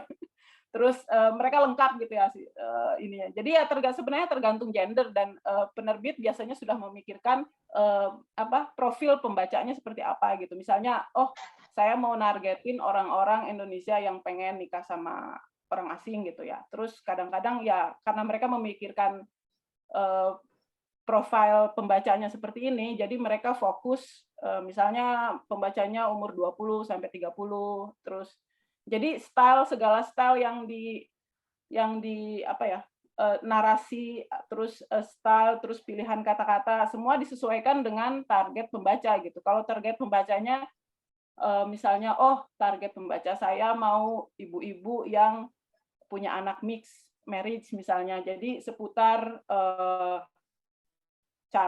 misalnya cara mendidik anak atau cara menumbuhkan bilingualisme segala macam. Jadi ya itu ini sih itu pasti sudah dipikirkan setiap penerbit punya target, walaupun kita nggak terlalu tahu ini targetnya siapa, tapi biasanya penerbit itu tidak punya, pokoknya buku ini untuk semua orang, nggak pernah seperti itu. Kalau untuk semua orang sama dengan for nobody gitu. Jadi nggak tuh. Jadi ini jadi bisa non fiksi, terus bisa juga ditargetkan kepada ibu-ibu, bisa juga gay, ada juga bukunya, saya lupa nih bukunya apa, Virgin apa gitu, gambar saya ingat gambarnya yang ada kayak dove gitu, dan itu targetnya bukan target ya menceritakan tentang kehidupan mixed marriage tapi di dunia antara laki-laki sama laki-laki gitu, dan itu beda lagi gitu ceritanya, dan kayaknya yang beli pun komunitas yang beda lagi gitu loh istilahnya gitu. Dan tadi yang kedua itu pertanyaan mengenai ini ya, karena pusatnya ibu-ibu, terus gimana tadi? Ini bagaimana seharusnya menempatkan posisi perempuan dalam dunia literasi? Karena kan kebanyakan novel-novel Indonesia kan lebih memusatkan pada sisi domestik gitu loh. Ya sebenarnya perempuan itu banyak perannya ya, bisa nggak hanya domestik, bisa juga seperti ya ceritanya Ibu Leni kan, itu menarik sekali ya perjuangannya untuk dari nol sampai mandiri. Saya kebetulan udah pernah datang ke Turki, jadi saya tahu di Turki itu memang lebih kayaknya kalau dibandingin sama Indonesia tuh, di Indonesia bebas banget gitu kalau dibandingin sama Turki gitu. Dan orang-orang Indonesia udah gitu, datang ke Turki nanti saya nikahin, taunya enggak, malah dijual atau gimana gitu. Jadi emang gampang sekali bukan gampang ya. Kadang-kadang saya kalau ngedenger cerita ini suka gemes sendiri, ih bego banget sih gitu kan. Ngapain mau datang ke Turki, dijanjiin dinikahin, taunya enggak gitu kan. Terus paspornya ditahan segala macam, dikurung lah itu banyak banget di Turki itu banyak banget kasus yang seperti itu gitu. Terus jangankan di Turki, di India juga. Ya, jadi Buku saya seperti itu. Jadi banyak perannya tuh banyak. Jadi dari bisa dari perjuangan seperti Mbak Leni, terus udah gitu bisa juga dalam dalam mendidik anak, terus karena kan itu kan pasti beda dunia lagi, karena bilingualisme ya atau enggak bicultural itu lumayan kompleks ya. Terus kalau enggak ngajarin bahasa Indonesia nanti gimana? Kalau diajarin nanti gimana? Jadi enggak semua orang bisa menjalanin, dan enggak gampang, terus enggak praktis juga sebetulnya. Terus kadang-kadang ada untungnya, kadang-kadang ada maksudnya benar-benar itu sesuatu yang personal gitu. Jadi ada yang memang cocoknya anak-anak bilingualisme, ada yang nggak terlalu ya cocoknya monolingual aja gitu. Ada yang jadi tergantung situasi keluarga juga gitu. Jadi benar-benar personal, terus lalu ada apa, dan perempuan yang bekerja gitu misalnya yang lebih apa, yang ada juga yang laki-lakinya yang orang Indonesia terus menikah sama orang Belgia. Jadi seperti apa ya? Karena perempuannya bekerja, terus kebetulan laki-laki yang dari Indonesia susah mencari pekerjaan juga, jadi dia lebih kayak apa? mengerjakan semua tugas domestik gitu di rumah gitu. Dan kebetulan di Belgia ini budayanya pekerjaan domestik itu lebih banyak dikerjain oleh laki-laki, bukan sama perempuan. Jadi mereka walaupun ada juga sih, maksudnya ada juga sih yang apa namanya, yang 50-50 gitu. Tapi kalau jadi kalau iklan-iklan, misalnya iklan apa ya, sabun apa ya, sabun buat laundry misalnya, itu kadang-kadang sekarang kan udah jarang ya iklan di TV gitu. Itu kadang-kadang yang ngiklanin itu laki-laki gitu. Maksudnya biasanya kan kalau di Indonesia kan perempuan gitu. Ya, lagi ngelondri, ini sabunnya gitu. Kalau di sini tuh laki-laki yang ini, yang nyuci gitu, yang nyuci baju apa segala macam. Yang setrika juga lebih, perempuan bisa setrika itu jarang sih di sini, kecuali emang orang asing yang datang ke Belgia gitu. Nah ya, ya di Amerika karena mereka pakai kemeja ya. Jadi begitu mereka umur 18, terus mereka harus mencari kerja, banyak yang nggak mau sekolah langsung apa, atau nggak memilih kayak training ya sesingkat mungkin karena mereka apa ya, pengen bekerja secepat mungkin gitu. Pengen ada juga, tapi kalau misalnya dari keluarga yang agak lumayan, mereka bisa agak lama sekolah ini sih apa namanya, ada juga yang seperti itu gitu. Jadi mereka karena mereka harus pakai seragam, ada yang pakai seragam atau enggak harus rapi, atau enggak apalagi yang kuliahnya bidang hukum atau marketing, mereka ke apa namanya, ke kampus saja kan pakaiannya rapi dan mereka harus setrika. Kalau perempuan kan pakai blouse, kadang-kadang keluar dari pengering aja udah rapi gitu ya, tinggal dipakai gitu. Yang penting gimana caranya ngelipet nggak terlalu kusut, itu aja. Jadi ya banyak sih perempuan di sini yang nggak bisa setrika gitu. Jadi kadang-kadang kalau saya waktu kerja juga kalau lagi chat santai gitu kan, oh kamu bisa setrika, aneh sekali. Sepertinya ini bisa Ya. jadi PR ya, bahwa perempuan itu tidak harus melulu dipusatkan pada isu domestik. Jadi kita mungkin bisa menggali peran-peran lain seperti yang udah Mbak Leni lakukan, atau cerita-cerita lain. Mbak Arum juga melakukan healing. Tapi nanti dijawabnya nanti aja ya, setelah saya ngobrol-ngobrol dulu nih sama Mbak Vero. Nih Mbak Vero nih, jangan ngantuk dulu ya. Jam berapa di Aussie sekarang? Ini sekarang jam 7:13. Oke, masih pagi lah ya. Pagi. Iya, kan nanti jam 12 berubah ya. Ya nih Mbak Vero, gimana nih pendapatnya Mbak Vero soal dunia literasi dalam isu kawin campur?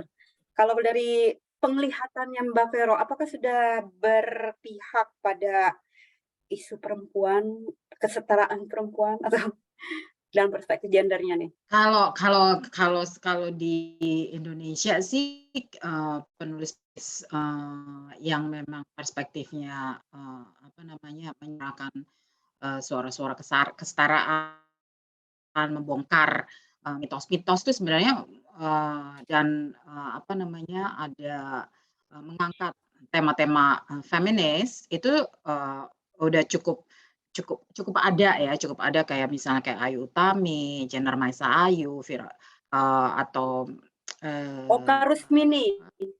ya Dewi Lestari juga mengangkat isu-isu kayak gitu. Ya tergantung sih, tinggal penulis-penulis tuh udah cukup ada dan berani menyuarakan opininya dan ada pasarnya. Tinggal mau baca apa enggak, kan itu.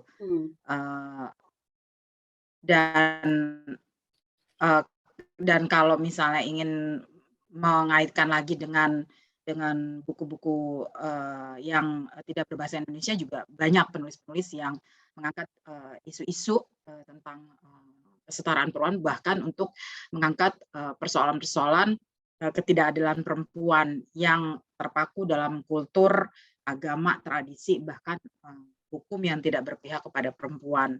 Nah, yang kayak gitu udah banyak, cuman masalahnya mau nyari apa enggak itu kan hal yang berbeda ya. Kalau dari sisi saya sih itu, karena sebenarnya intinya kalau mau nyari pasti ada. Gitu. Ya, apakah ini dipengaruhi juga oleh perkembangan, misalnya Indonesia udah meratifikasi CEDAW, juga sudah punya Komnas Perempuan. Apakah itu juga mempengaruhi keinginan beberapa para penulis ini untuk menceritakan soal isu perempuan? Saya pikir Indonesia kalau Indonesia meratifikasi CEDAW itu sebenarnya dari tahun 1980. Itu apa pengaruh dari itu jadi isu perempuan kemudian naik? Tapi gini, secara global memang kemudian secara global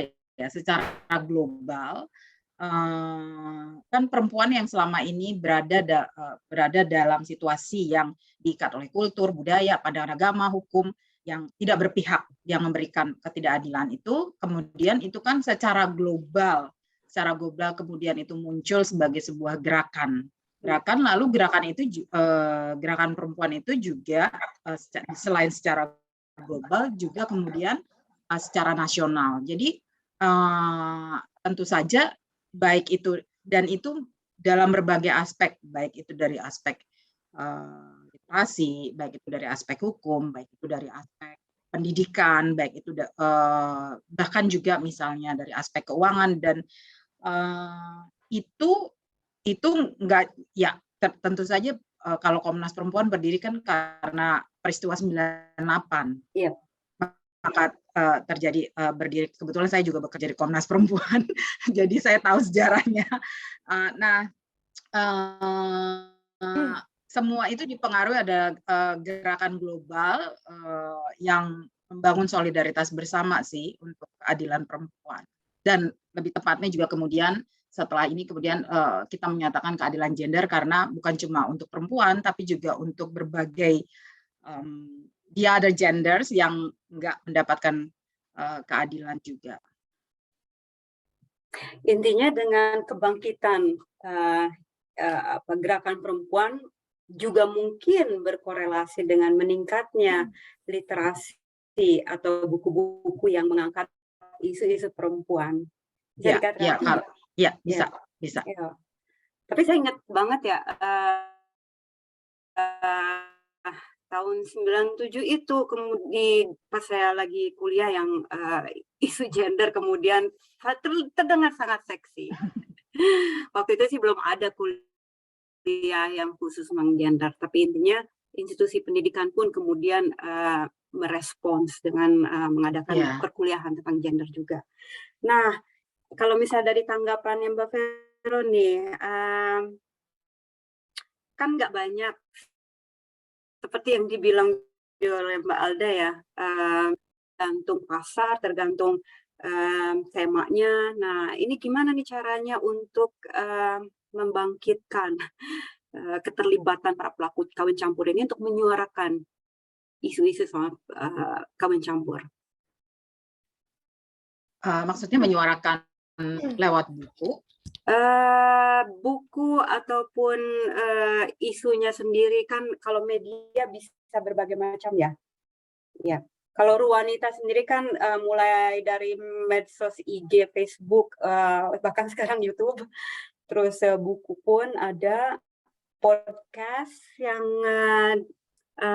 udah mulai kapan ya Nak ya? Beberapa bulan lalu lah. Ya. Ya. Jadi intinya adalah gimana ya meningkatkan keterlibatan para pelaku kawin campur ini. Pelaku kawin campur sendiri pun sebenarnya kalau dari saya pribadi ini kebetulan saya baru tahu ada Ruwanita, jadi saya mau ikut terlibat misalnya dengan acara-acara seperti ini kalau bisa memberikan informasi. saya juga baru tahu apa namanya melalui Ruanita ini ada buku tentang cinta tanpa batas yang menceritakan tentang kisah-kisah seperti perkawinan apa namanya antar negara. Nah, sekali lagi sebenarnya banyak dari site-site, bahkan misalnya di Facebook sendiri, di sosial media itu banyak kelompok-kelompok yang kemudian memberikan informasi yang dengan kawan-kawan tuh banyak sekali yang memberikan informasi baik di Facebook, IG atau sosial media lainnya. Masalahnya tinggal mau cari atau enggak, yang pertama, dan kedua dari kalau menurut saya dari pelakunya sendiri udah banyak yang memberikan informasi seperti Mbak Arum, Mbak Alda, tapi ada satu sih menurut saya ya. Saya ya, dan ini yang saya juga sarankan untuk siapapun yang kawan-kawan di perempuan Indonesia yang ingin menikah dengan apa namanya beda negara, itu melakukan riset sebanyak mungkin informasi, dan memang riset itu harus menjadi sebuah prioritas karena emang sulit ketika misalnya harus riset tentang hukum, harus riset tentang berbagai hal, berbagai informasi, dan itu masuk ke berbagai apa namanya situs-situs yang membuat dia semakin paham. Karena aku seperti yang Mbak Alda katakan tadi, bahkan orang di negara, misalnya laki-laki yang lahir di negara tersebut aja belum tentu tahu secara hukum apa konsekuensinya yang berlaku bagi dia jika dia menikah dengan orang yang yang keluarga negaranya tidak sama. Misalnya kayak saya waktu kayak saya di Australia, menikah tuh nggak menjamin, menikah itu tidak, dengan menikah itu tidak otomatis kita bisa langsung datang ke Australia, langsung bisa punya izin tinggal, langsung bisa punya PR. Itu waktu saya bilang gitu, oh gue belum PR nih, gue harus nunggu 2 tahun. Dia, gila, bukannya lo kawin sama laki Australia, bukan itu otomatis? Kagak. Itu semua tidak, karena di tiap negara kan berbeda ya, tidak otomatis seseorang yang mengikatkan diri secara legal dalam perkawinan di Australia memiliki otomatis izin. Ya, betul sih. Betul.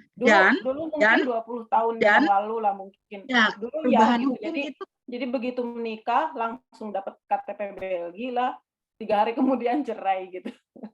Jadi hanya untuk dapat KTP Belgianya kan berlaku 5 tahun. Jadi setelah itu cerai. Terus boleh diperpanjang karena nggak perlu ini.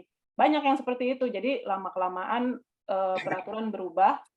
Jadi harus apa ya, harus kayak izin sementara, maksudnya dilihat dulu serius apa enggak. Bahkan polisi yang datang itu mereka ngecek kamar tidur, dibukain gitu, ini bener nggak baju kamu di mana, bener nggak satu kamar, sampai kayak gitu. Karena di Belgia, tapi ya karena kalau saya enggak sih kan menikah gitu, jadi enggak sampai segitu, tapi orang-orang yang baru datang menceritakan seperti itu ya, supaya wanita sebetulnya enggak semua perempuan Indonesia itu mau cerita gitu, sebetulnya itu sih yang kadang-kadang terjebak jadi loneliness atau isolated gitu, padahal tidak harus gitu, tapi karena karena dia datang ke negara asing, masih culture shock, nggak begitu cocok sama itu, terus udah gitu cerita ke keluarga juga, keluarga nggak ngerti gitu, ke teman-teman nggak ngerti, misalnya belum ada teman, terus udah gitu bisa ini gampang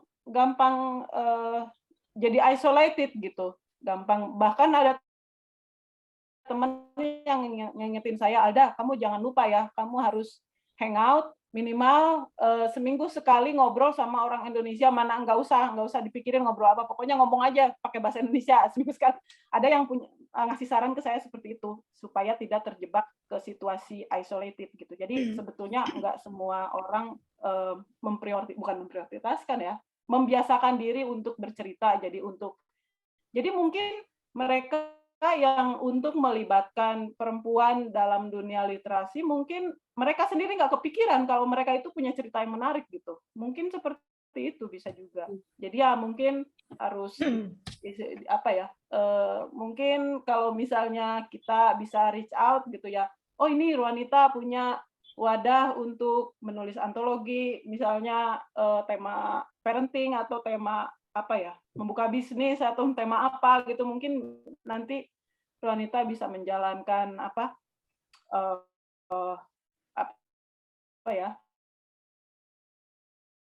bahas cinta. Soalnya ini judulnya Cinta Tanpa Batas ya. Maksudnya itu kan memang fondasinya ya gitu. Tapi lebih ke practical thing gitu. Misalnya apakah itu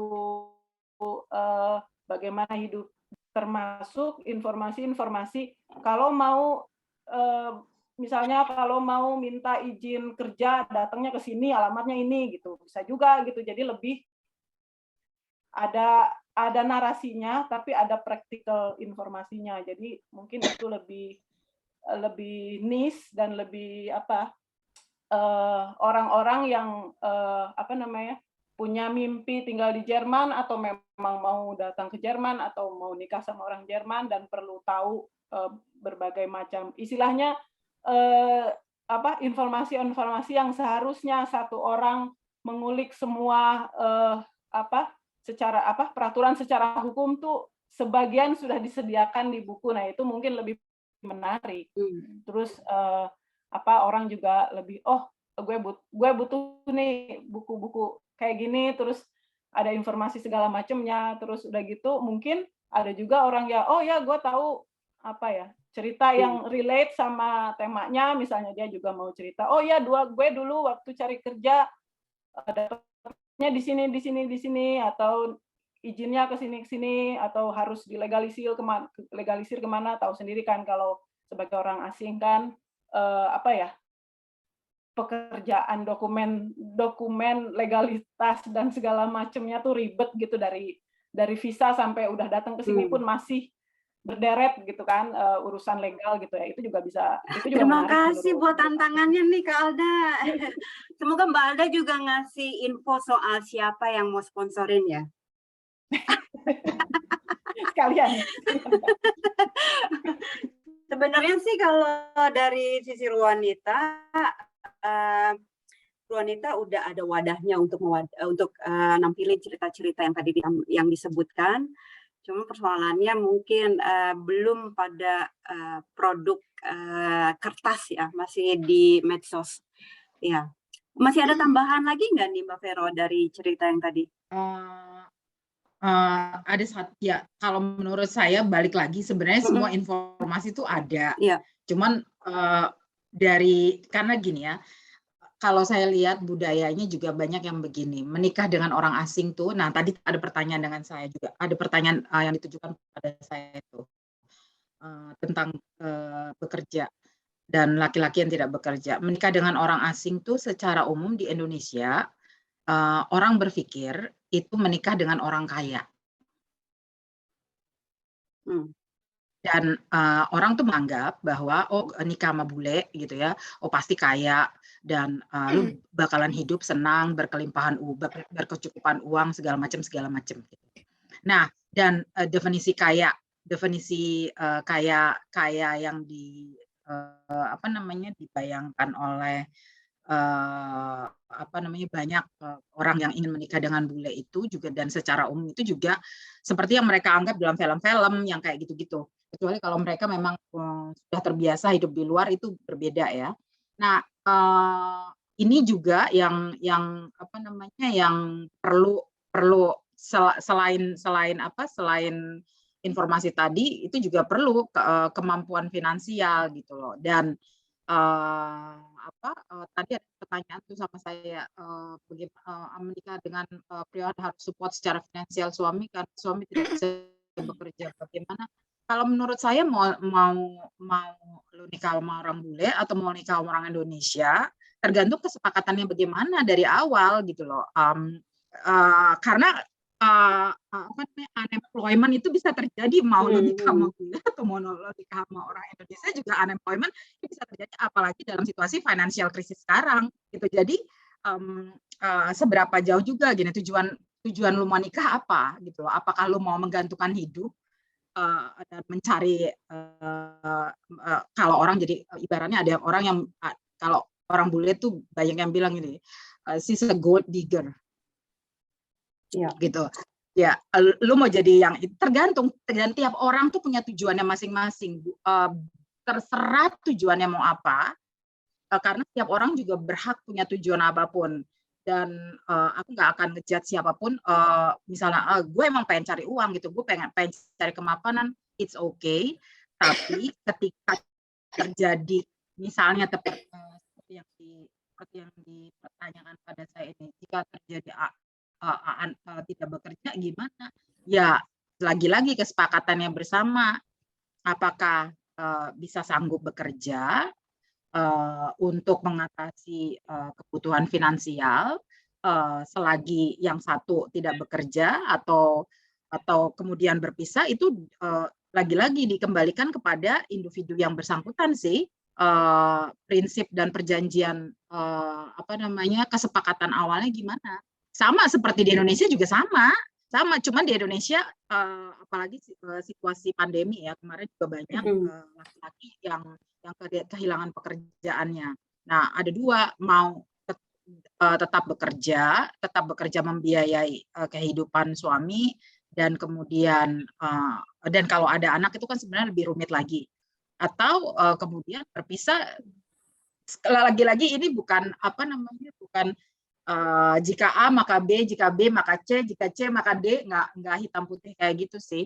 Tergantung dari individunya mau seperti apa. Ya. Dan saya nggak bisa bilang harus A, harus B, harus C. Karena pilihannya lagi-lagi tiap orang beda ya. Karena saya tahu ada juga misalnya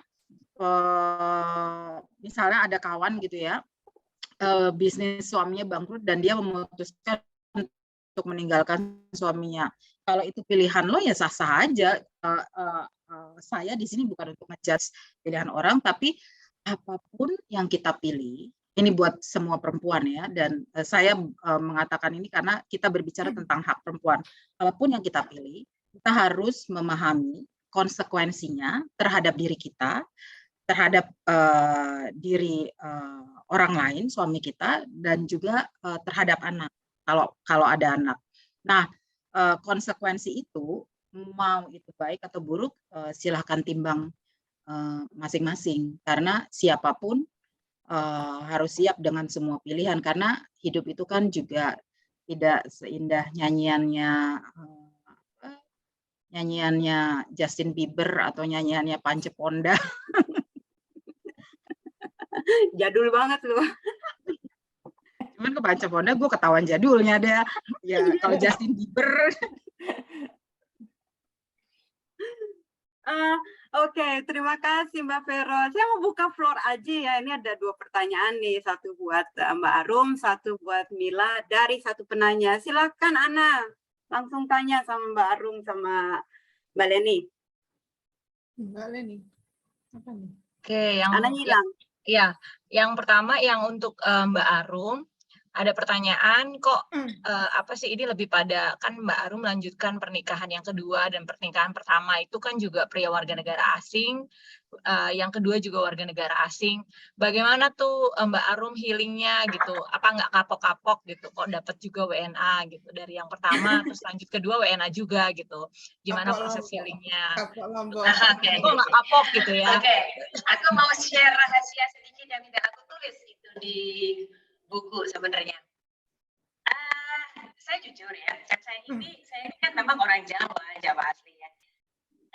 Tapi saya ini mungkin saya mirip-mirip sama Mbak Leni sebenarnya. Saya nggak bisa yang harus gini. Nah, terus terang ketika saya sebelum pacaran sama orang-orang asing itu kan saya juga sering pacaran sama orang-orang lokal ya, dan ya banyak lah yang orang Indonesia itu yang perempuannya harus manut, dikontrol, begini. Saya nggak bisa kayak gitu karena saya independen orangnya. Gitu. Nah, ketika akhirnya sebelum saya menikah dengan suami yang pertama, saya juga udah pacaran dengan warga negara lain, ada orang Austria, ada orang Belanda juga pacaran kita. Ini ya karena nggak cocok ya, tidak berjodoh aja gitu. Nah, jadi ketika waktu saya dengan suami yang pertama kan romantis ini cocok ini, ternyata kan tidak, karena terlalu cepat prosesnya untuk mengenal dia sesungguhnya, mengenal keluarganya, pola pikirnya terlalu cepat. Nah, setelah itu selesai, ya saya kan butuh waktu, istilahnya adalah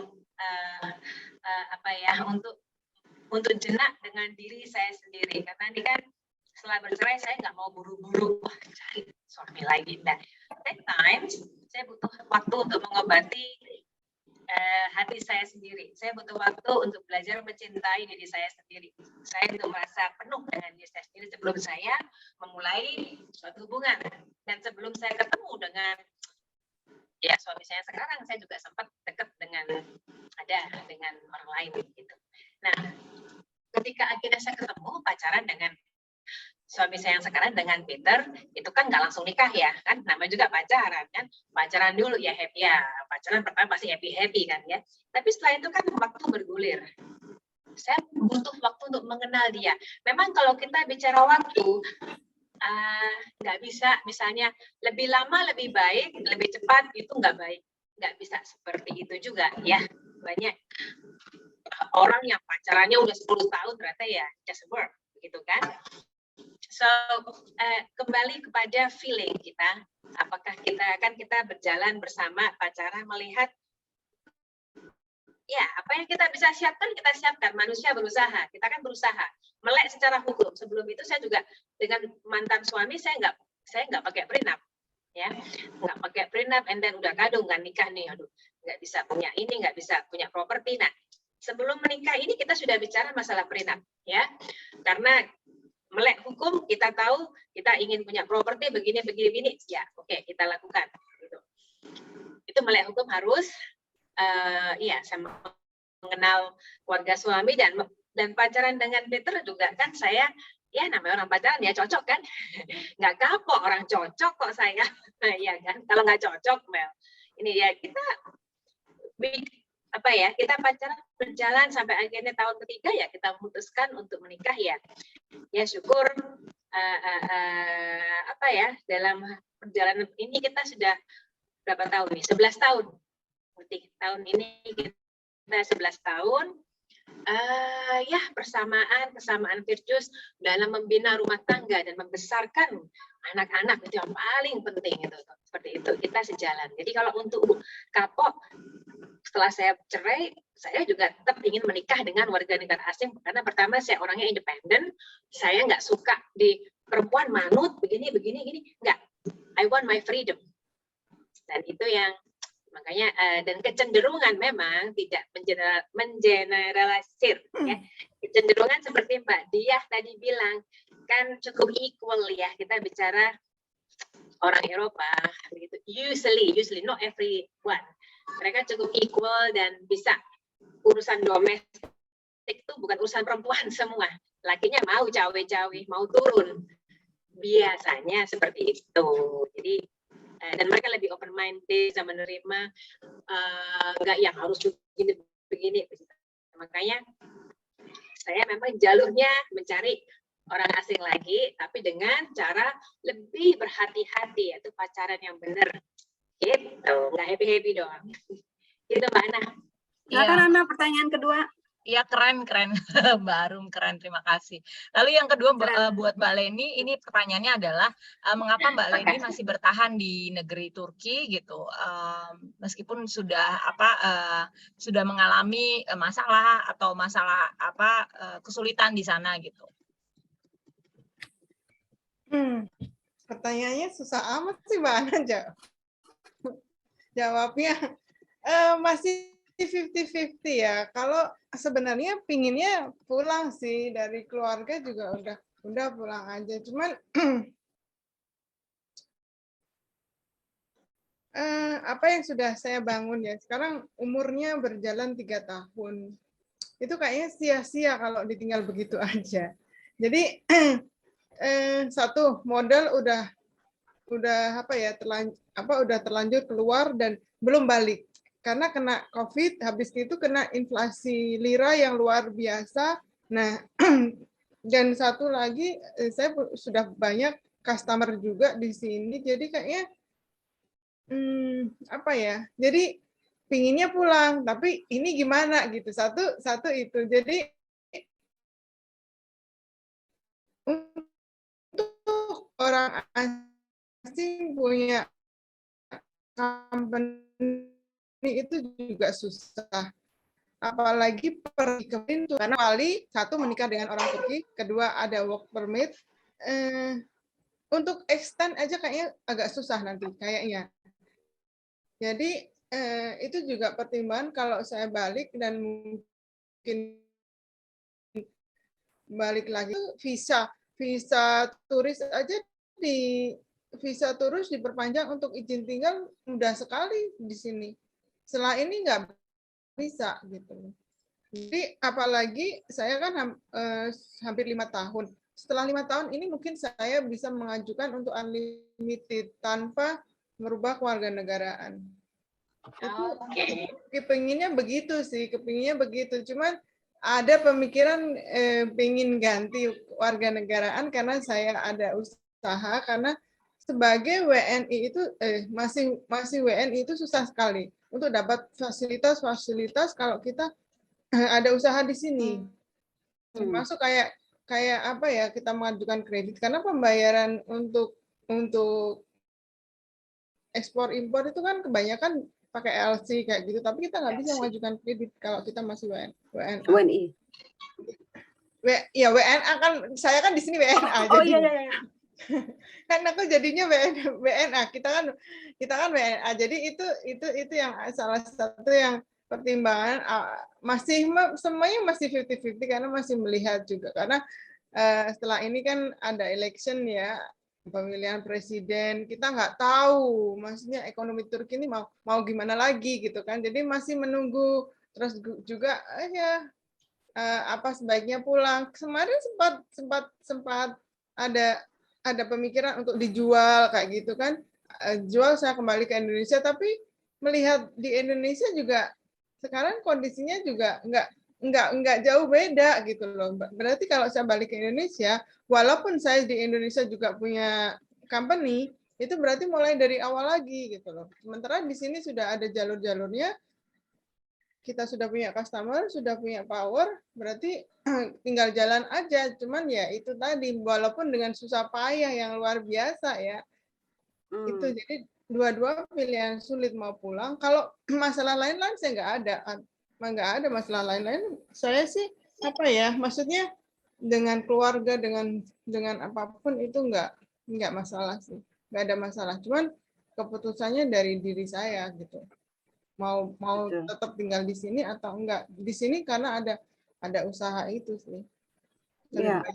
Gimana ini teman-teman, saya terima kasih sekali loh udah pada betah di dunia maya bersama Ruanita. Mulai dari jam 9.30, sekarang di Norway ini 11.43 nih. Iya, terima kasih loh, pada betah sekali.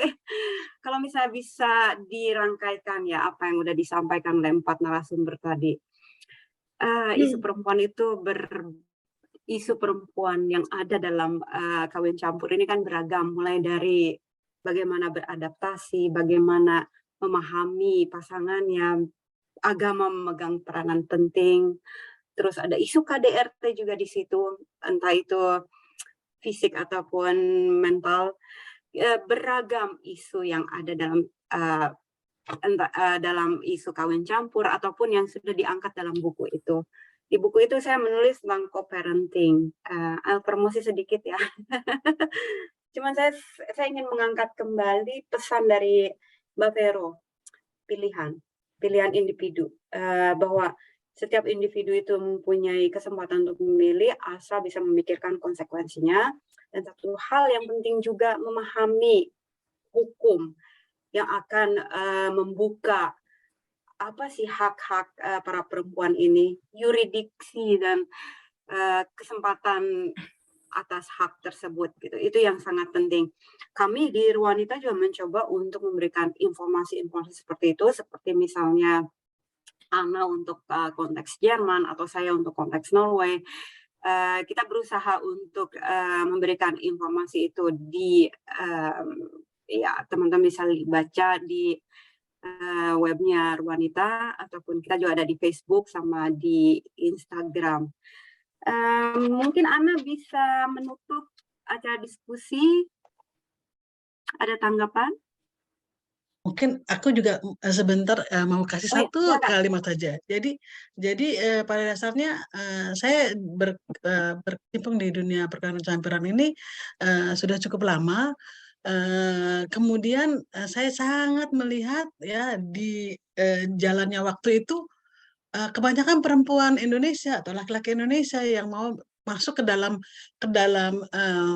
perkawinan campuran itu, mereka benar-benar tidak mencari informasi dengan apa fakta. Mereka hanya selalu mengatakan kata orang gitu ya. Itu aduh bikin gregetan. Kemudian juga mereka hanya mau apa yang mereka ingin tahu jawabannya. Ya, jadi dengan banyaknya hoax, banyaknya juga orang yang tidak menyampaikan informasi yang benar. Misalnya hal yang terjadi di Jerman itu tidak berlaku di Belgia, tidak berlaku itu menjadi panutan mereka gitu. Nah, itu hal-hal itu harus ditutup ya, itu jalannya. Jadi mereka memang harus terkoneksi dengan hukum, jadi buta hukum, itu membuat permasalahan menumpuk gitu. Jadi kalau bisa memang ada beberapa kesamaan secara Eropa atau di Australia, tapi kalau bisa dibukakan mata sesuai dengan secara hukum ya, hukum finansial juga hal-hal yang kaitannya dengan interkultur ya. Jadi misalnya orang takut prenup itu, aduh ini benar-benar suatu penghinaan gitu ya. Saya 30 tahun lalu aja sudah bikin prenup gitu ya. Karena sudah dijelaskan secara hukum gitu apa ya. Dan juga hukum prenup itu mengatur apa yang kita mau, bukannya apa-apa gitu. Jadi apa yang kita mau kita tuangkan dalam hal-hal hukum yang diajukan di depan notaris, dan itu mengatur kalau terjadi pernikahan. Kalau tidak ya tidak berlaku hal yang gitu. Kalau atau juga terjadi kalau misalnya misalnya juga kematian ya, itu tidak mengatur kematian.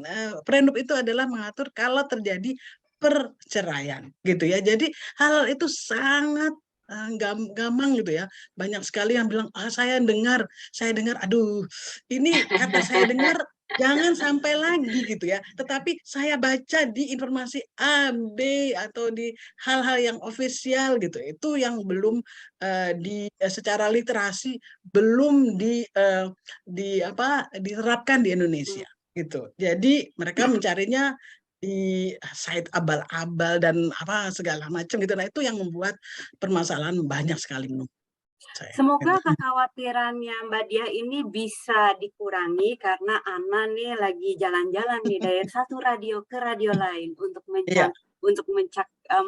menjangkau audiens yang lebih banyak lagi. Ya. Betul, Semoga betul juga sekali Mbak ya. Dia kalau misalnya lagi di Indo bisa warawiri juga misalnya. Capek.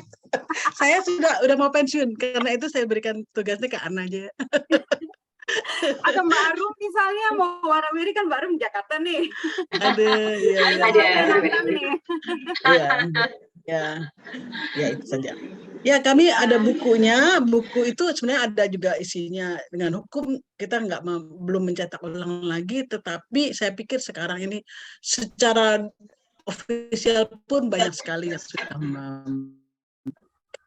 ya itu saja sih mungkin. Jadi digaungkan aja. Jadi mereka harus mencari informasi dengan baik. Dengan adanya sistem yang modern, tidak seperti zaman dulu, sebenarnya itu sudah menjadi satu kemudahan bagi komunitas kawin campur yang ingin jauh. Ya, Itu silakan saja. Nana buat nutup acara diskusi.